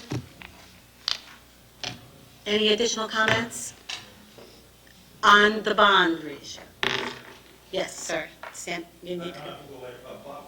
No, you do have to, for the video to pick it up.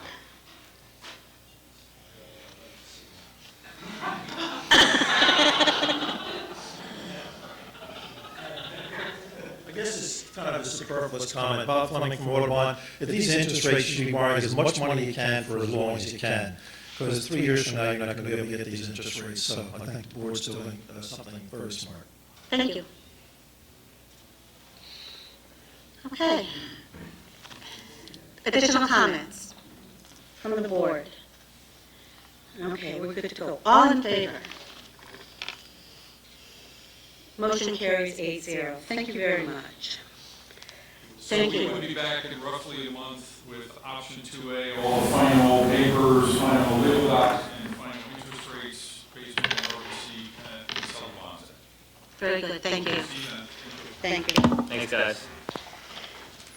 Okay, let's move on to the remaining fiscal items, Mr. Whiteweather. Whiteweather, sorry about that. Whiteweather. Thank you. I have a couple items on for this evening. The first item 9.1, is a list of the bills. We have one for approval this evening. Item 9.2 is the treasurer's report on for approval. Item 9.3 is the North Monco Technical Career Center budget for 2013-14. As reflected in the approval, the total operational budget for North Monco is $11,011,474. Our contribution of $1,260,422 represents $1,000,000 $151,388 towards tuition, and $109,034 for debt service. Overall contribution increase on behalf of, on part of the Facton is $59,705, or 4.97%. Items 2, 3, and 4 are simply listed for your information. Those costs, from our standpoint, are incorporated into our contribution for, as I say, items 2, 3, and 4. Item 9.4, the bus bid award, we did 2 separate bus bids. The second one that you have on for this evening for approval represents 2 30-passenger buses. Funding has been provided for relative to the item 9.6. The planetarium projector in item 9.5, we're asking for your approval this evening to award Spitz Incorporated an amount of $250,050.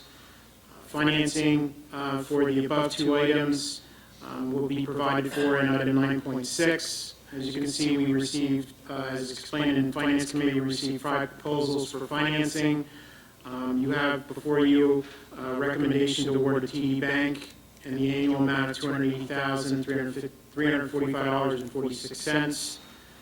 And lastly, item 9.7, as was explained, we made attempt to donate vehicles to North Monco. At this time, they were not interested in those vehicles, so we will be asking for your approval this evening to award to Adam Blocklinger for $100. All costs for transfer, towing, and everything else would be the responsibility of the gentleman submitting the proposal for that. Thank you. Do we want to take these all together? We take 5 and 6 separately? Yes. Okay. All right, so then do I have a motion to approve under fiscal items, items 9.1 through 9.4 and 9.7? Mr. Nascimento, do I have a second? Mrs. Barone? All in favor? Motion carries 8-0. Okay, do I have a motion to approve a bid award to Spitz in the amount of $250,050 for the planetarium projector? Mrs. Barone? Do I have a second? Mr. Jones? Comments from the board? All in favor? Oh, okay. You need to flag me down. Sorry. As you all know, I've seen this projector. It's a great thing. We do need it. I don't think at this time I can vote for it. I'd like to see curriculum. I'd like to see what the courses are going to be. I'd like to see the daily schedule through the course of the year. I don't want to have to buy it and then see what we can do with it after we get it. And I think it's going to be a great tool. The other thing is saying that we have to, purchase it at this time because it takes 6 months and the courses and all that. I think it's too valuable piece of equipment just to buy because of that reason. We have to have the curriculum. We have to see what the courses are going to look like, how the schedule's going to look, just like what we did with the fields. We had the presentation of, hey, our schedule's going to look like this. It's going to coincide with the auditorium, the whole 9 yards. And we're going to spend this kind of money. I think we have to really nail it down. What kind of revenues can we get from it?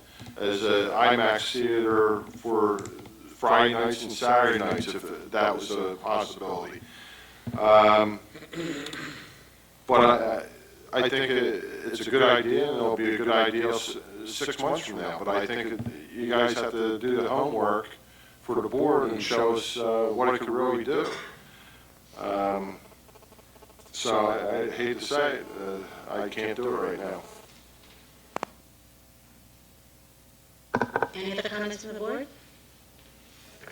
Yeah, I would second a lot of what Jim just said. I think there's merit in what this project offers, but I didn't see the justification in terms of the curriculum. So I think for me, it's more of a timing problem than anything else. It's not really an absolute no. I just think that maybe for me, it's no at this time. Thank you. I've got one last thing. If this doesn't carry, I would hope that we would put it back out for bid and asking for a longer period of time as far as the maintenance at $8,000–9,000 a year. I think it should be bid that for the first 3 years. They include that. This technology, buying it, one of these, like Best Buy, you buy a new TV and 6 months later there's a new version out and you wish you waited 6 months, but, this is something that have to look at serious. Any other comments? Mr. Nascimento? Yeah, I agree with Mark and Jim. I'm going to vote no. It's not no. It's just no now. I think when we're on budget lockdown and a budget freeze, and we're going through each item that's coming through to make sure we hit the balance we want at the end of the year, then maybe we don't want to do $250,000 on something for the planetarium. Something against the planetarium, I love it. Any other comments? Yeah.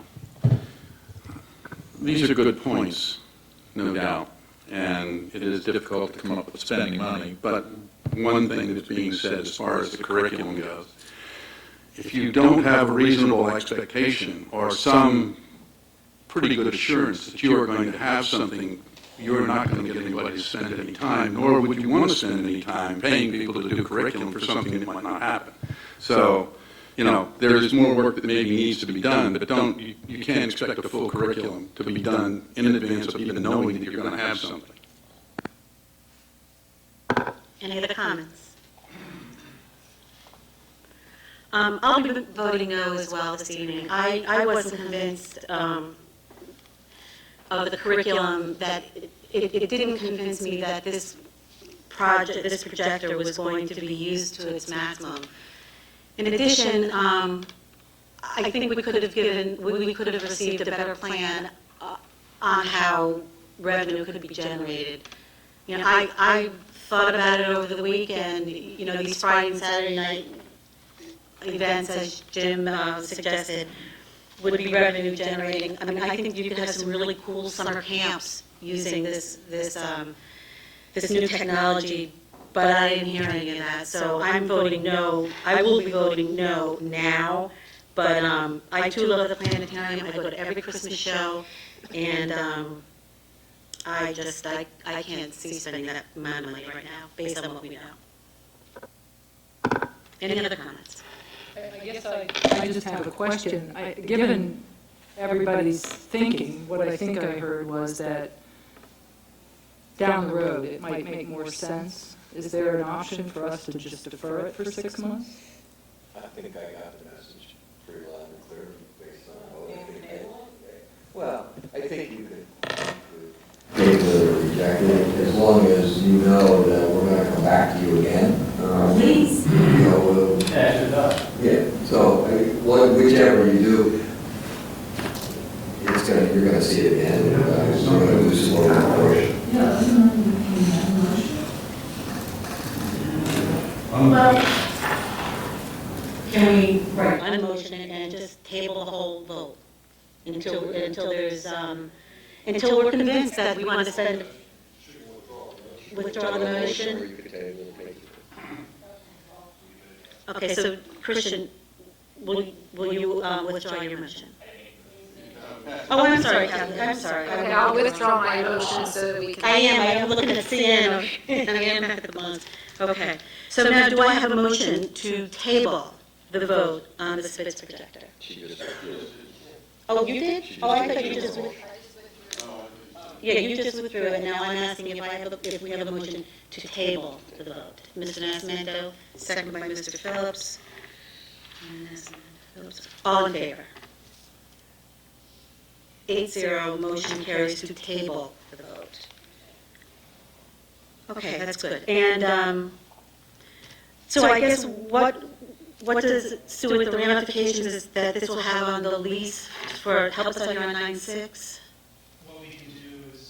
What we can do is award to TD Bank, just indicate to them, because they provided the best interest rate, we would simply just notify them that we are not going to proceed with buying the planetarium projector. We'll just purchasing all the other items at this point, and then what they'll do is just simply reflect that in their annual payment, but the rate that TD Bank provided was the best of the 5 proposals, so we would still move forward with that. Correct. Then do I have a motion to approve item 9/6 with an adjusted annual amount? Which now will just be the bus technology lease. Bus and technology. Do I have that motion? Mr. Nascimento, do I have a second? Mr. O'Neill, all in favor? 8-0, motion carries.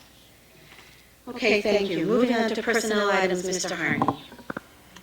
For your approval tonight, we have 3 resignations professional, we have 1 resignation classified, 1 employment classified, 1 employment long-term substitute professional. We have 3 changes of status classified this evening, 4 uncompensated leaves classified, 1 compensated professional development leave, 1 sabbatical leave, 3 additions to our classified substitute list. Asking for your approval of the revised list of volunteers, and we have 1 advisement this evening.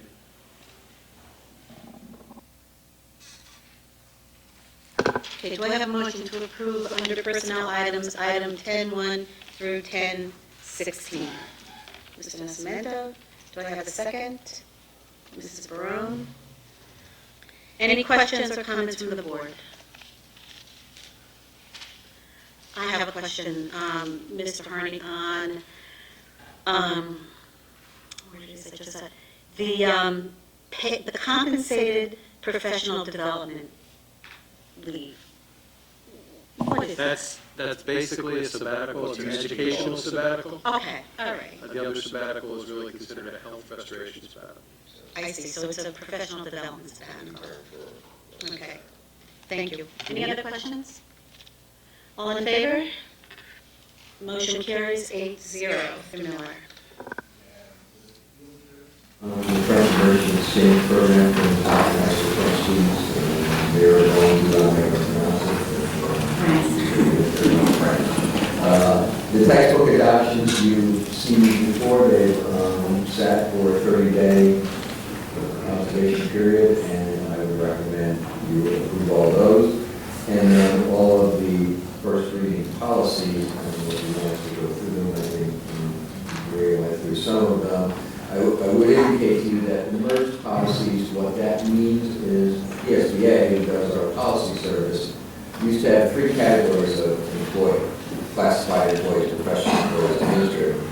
They're now merging everything into 1 category of employees, just a 3-line series instead of 3 pieces of paper, or 3 things on the list, that used to be 1. And then within that, they would indicate if there's a difference for administrative employees or classified employees. So they truly are merging the 300, 400, and 500 series into 3. And that's what I recommend.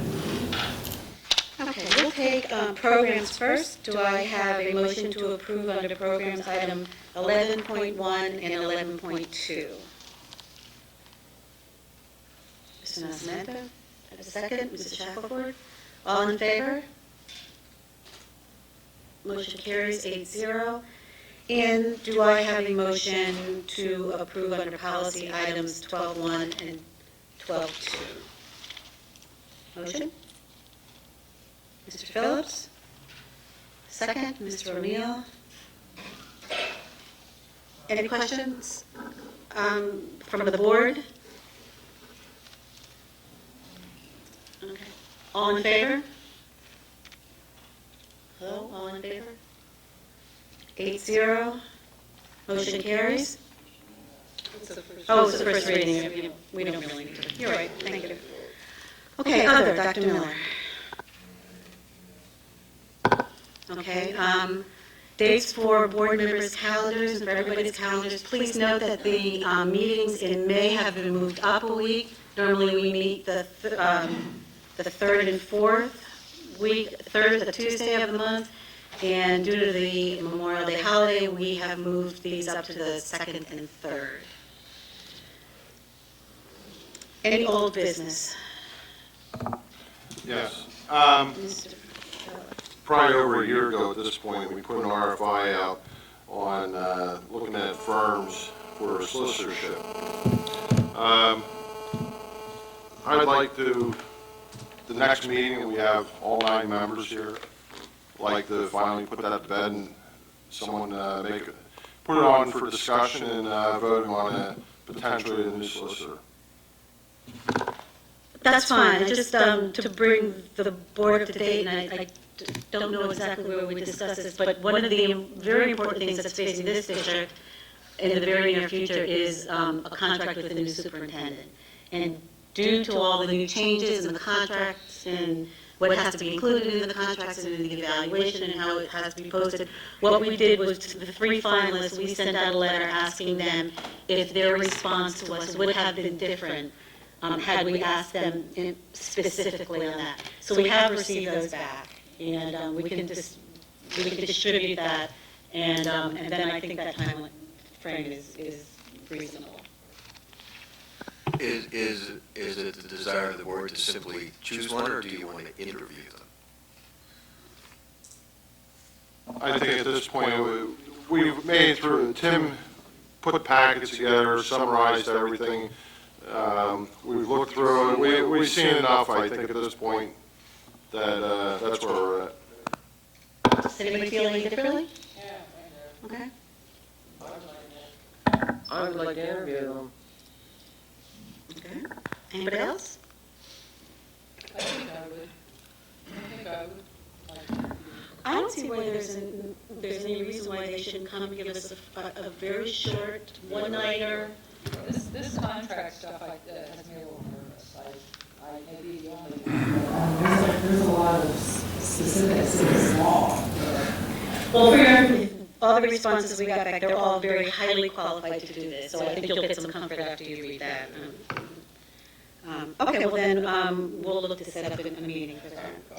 Okay. Do I have any other old business? Do I have any new business? Mr. Phillips? Yes. Thinking of budgets and housekeeping and freezing budgets in the district. Since I've been here, since I've been sitting out in the audience for years, I've never seen the district go through a forensic audit. And I think now that we're in the middle of getting a new superintendent, we have a new business manager, I think it would be an appropriate time to really look at how things are working in the district and make sure everything's getting spent properly and the money's where it's supposed to be. And I know we've never talked about that, and I'm opening this up to a discussion or. Right. Something that gets more like a managerial type of audit. Yeah. Procedural look at. Yeah. Yeah, forensics.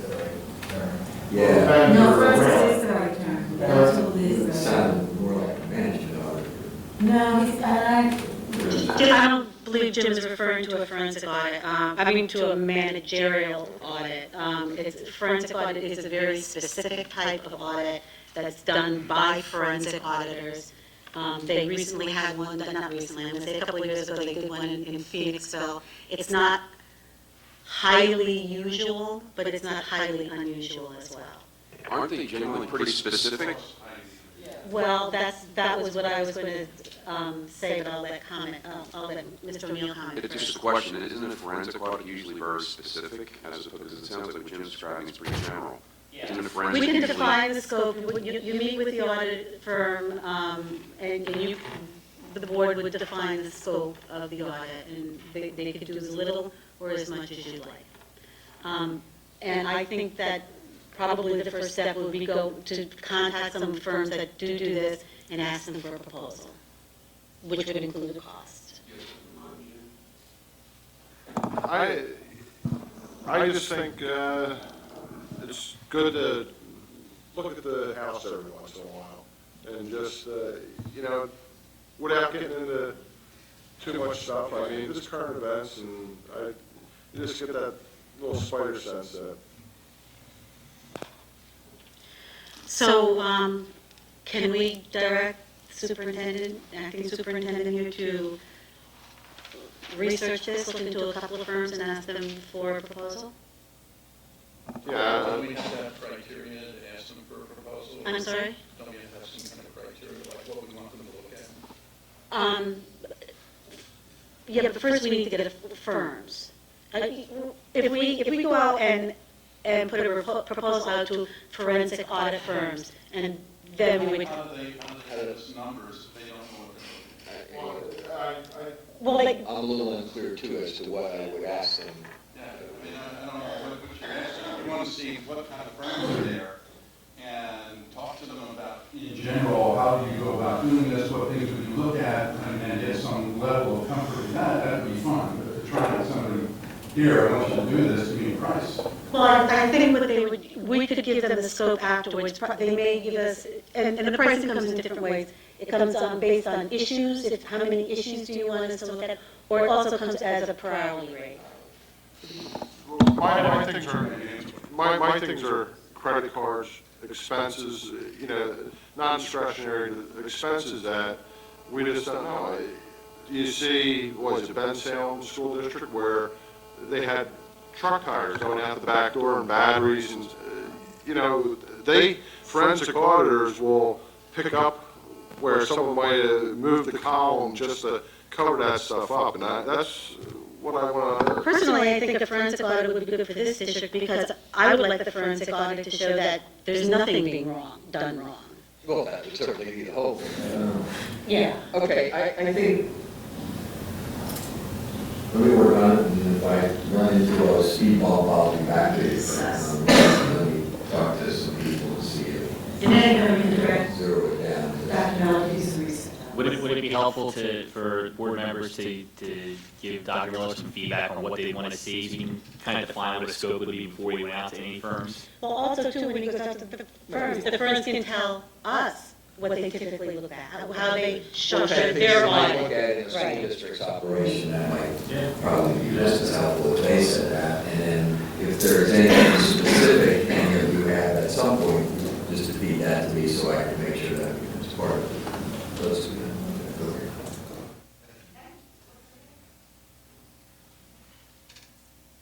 that. Okay, moving on to courtesy of the floor. Now you can stand up and talk about anything you'd like to. Mr. Evans. Are you sure? I'm sure. This is it. This is it. So make it good, Mr. Evans.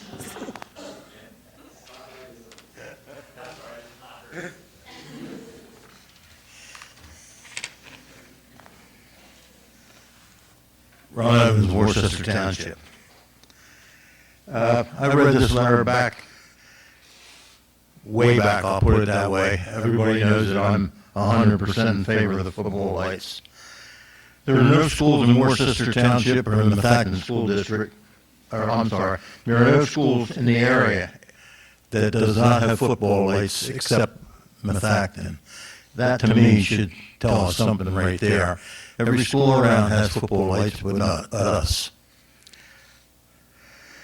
The school here was here long before most of the houses along Creville Mill Road. 20 years ago, lights were approved by the supervisors, and they didn't want to go against the board at that time. They wanted to have the approval of everybody online. That did not happen. And now 20 years later, you see where we are. We still don't have football lights. It's hopefully in the near future. I believe more people want football lights than don't. I think they'll pay for themselves in a few years with the revenue that comes in.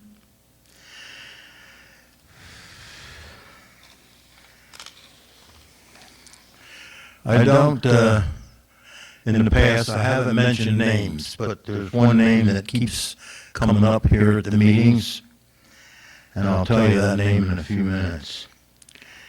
There was 10 or 12 items 20 years ago that we started with. Now it's down to 8 different things that are on the agenda that have to be approved by the supervisors and/or the school board or both. They were already approved 20 years ago, as I said. Now, Mr. John Harris and the Scrummies, they don't own this township, and I hope they don't own the school board, but you would think they do. They're only one resident in this township, but they're trying to run everything. And I like John Harris, I just don't like what he does. I think he should keep his nose in his own business and let the school board and the people that are going to do the work get the lights up, put them up. If there's something that we don't like, I'm sure that that will be resolved. But if we keep pushing this off like we do, next month's meeting at the township meeting, there'll be something else that'll come up to prolong it. And I think the school board is doing a fine job, but I think the supervisors of our township are just pushing something to find something to prolong it and keep it going, and sooner or later, it's got to stop. And I think the time to stop is right now. Put the lights up and get it done with. Thank you. Thank you. Do I have any other comments? Mr. Andrews.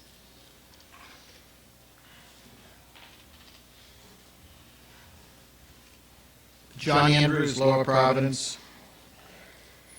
I've spoken to the board a number of times in this budget season about the economy, ideas for limiting the budget, ideas for getting to a no-tax increase.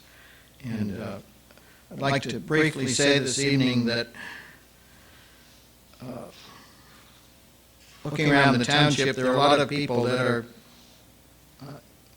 to the extent that they know what your tentative tax raise is, they think that it's one of an infinite number of tax increases.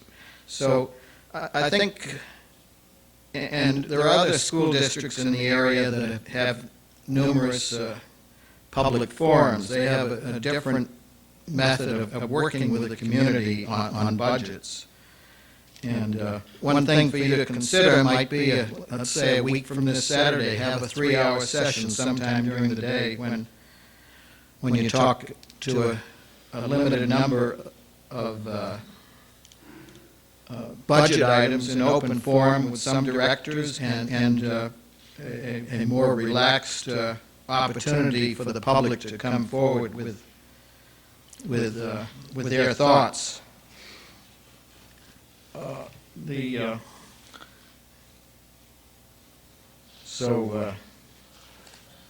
The other thing is that last week I mentioned that the agenda stated that the meeting would be rebroadcast, and yet that didn't happen. And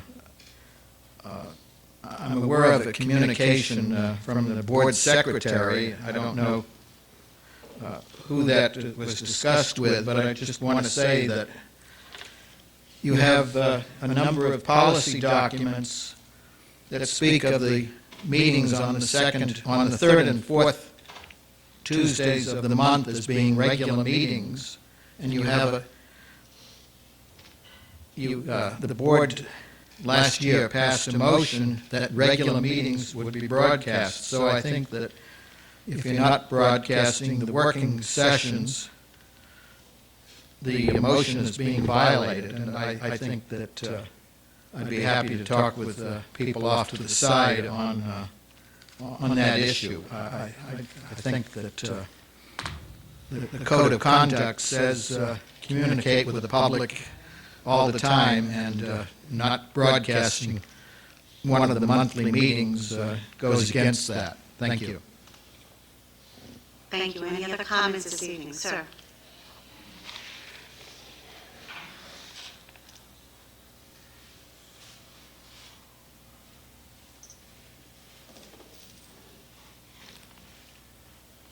Bob Fleming from Waterbond. First, I'd like to compliment the board for all the volunteer work. It's something I can never do. It's greatly needed in the community.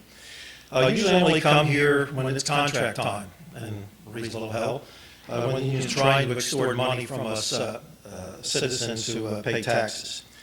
About 3 years ago, I was involved in my wife's church, even though I'm Protestant. She's a member of the Visitation Heritage of Faith program. We went door to door, and it was really eye-opening. I always thought this is a pretty rich township. People fell into two classes. One was the older folks who were getting by, and the other were young folks living in the big $400,000, $500,000, $600,000 houses. But surprisingly, a lot of those were worried about losing their jobs, or their spouse had lost their job, so they were making it. In our community, a lot of young couples are moving in, and you say, well, you want to replace the fence, we'll pay half. They don't have the money. So people are really struggling. So the reason I became interested in the budget, when I took a look at it, it shows a loss of $1.9 million. But if you look at what you're borrowing from the past, another $1.5 million, you're really at $3.4 million deficit, close to $3.5 million deficit.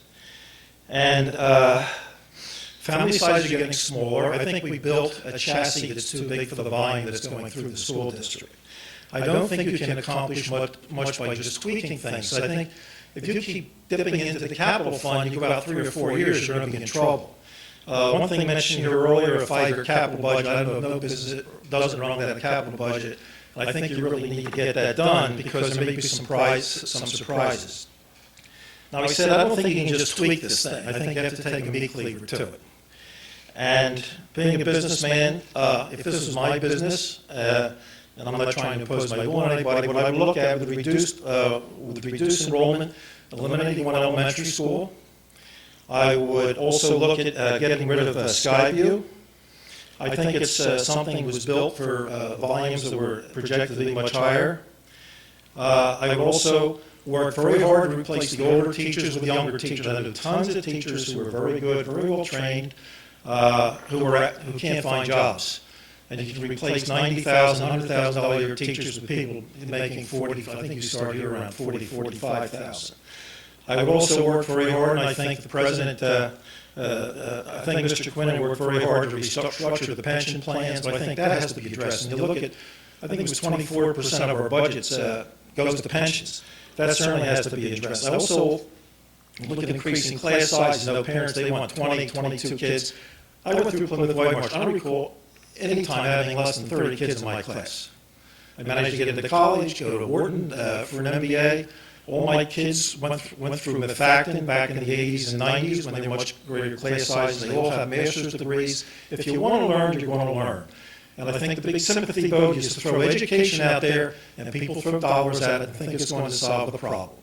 And you can tell it's not going to solve the problem. Look at the Norristown School District. It's an absolute disaster with more spent per child than probably any school district around. So with that, I would suggest that the board really needs to look at a new day and age. I just can't. I would also question the validity of $95 million in income. I hope that's correct, but I would do some tests to make sure they get to 95. If it's 94, 93, it's a problem. I'm also involved in a school for handicapped kids, and I know our revenues have been flat for 3 years, and they're projected to go down because schools like this are keeping more kids in the house. So I would be concerned about the revenue line in the future. I don't think it's going to go up, it's going to be flat. So you have the inflation of teacher pensions, you have the inflation of increased salaries that you're locked into, and capital expenditures. So with that, I thank you very much. Thank you. Any other comments this evening? Okay, moving on to, I don't believe we had any questions, so there's no responses. On to communications, Mrs. Lynch.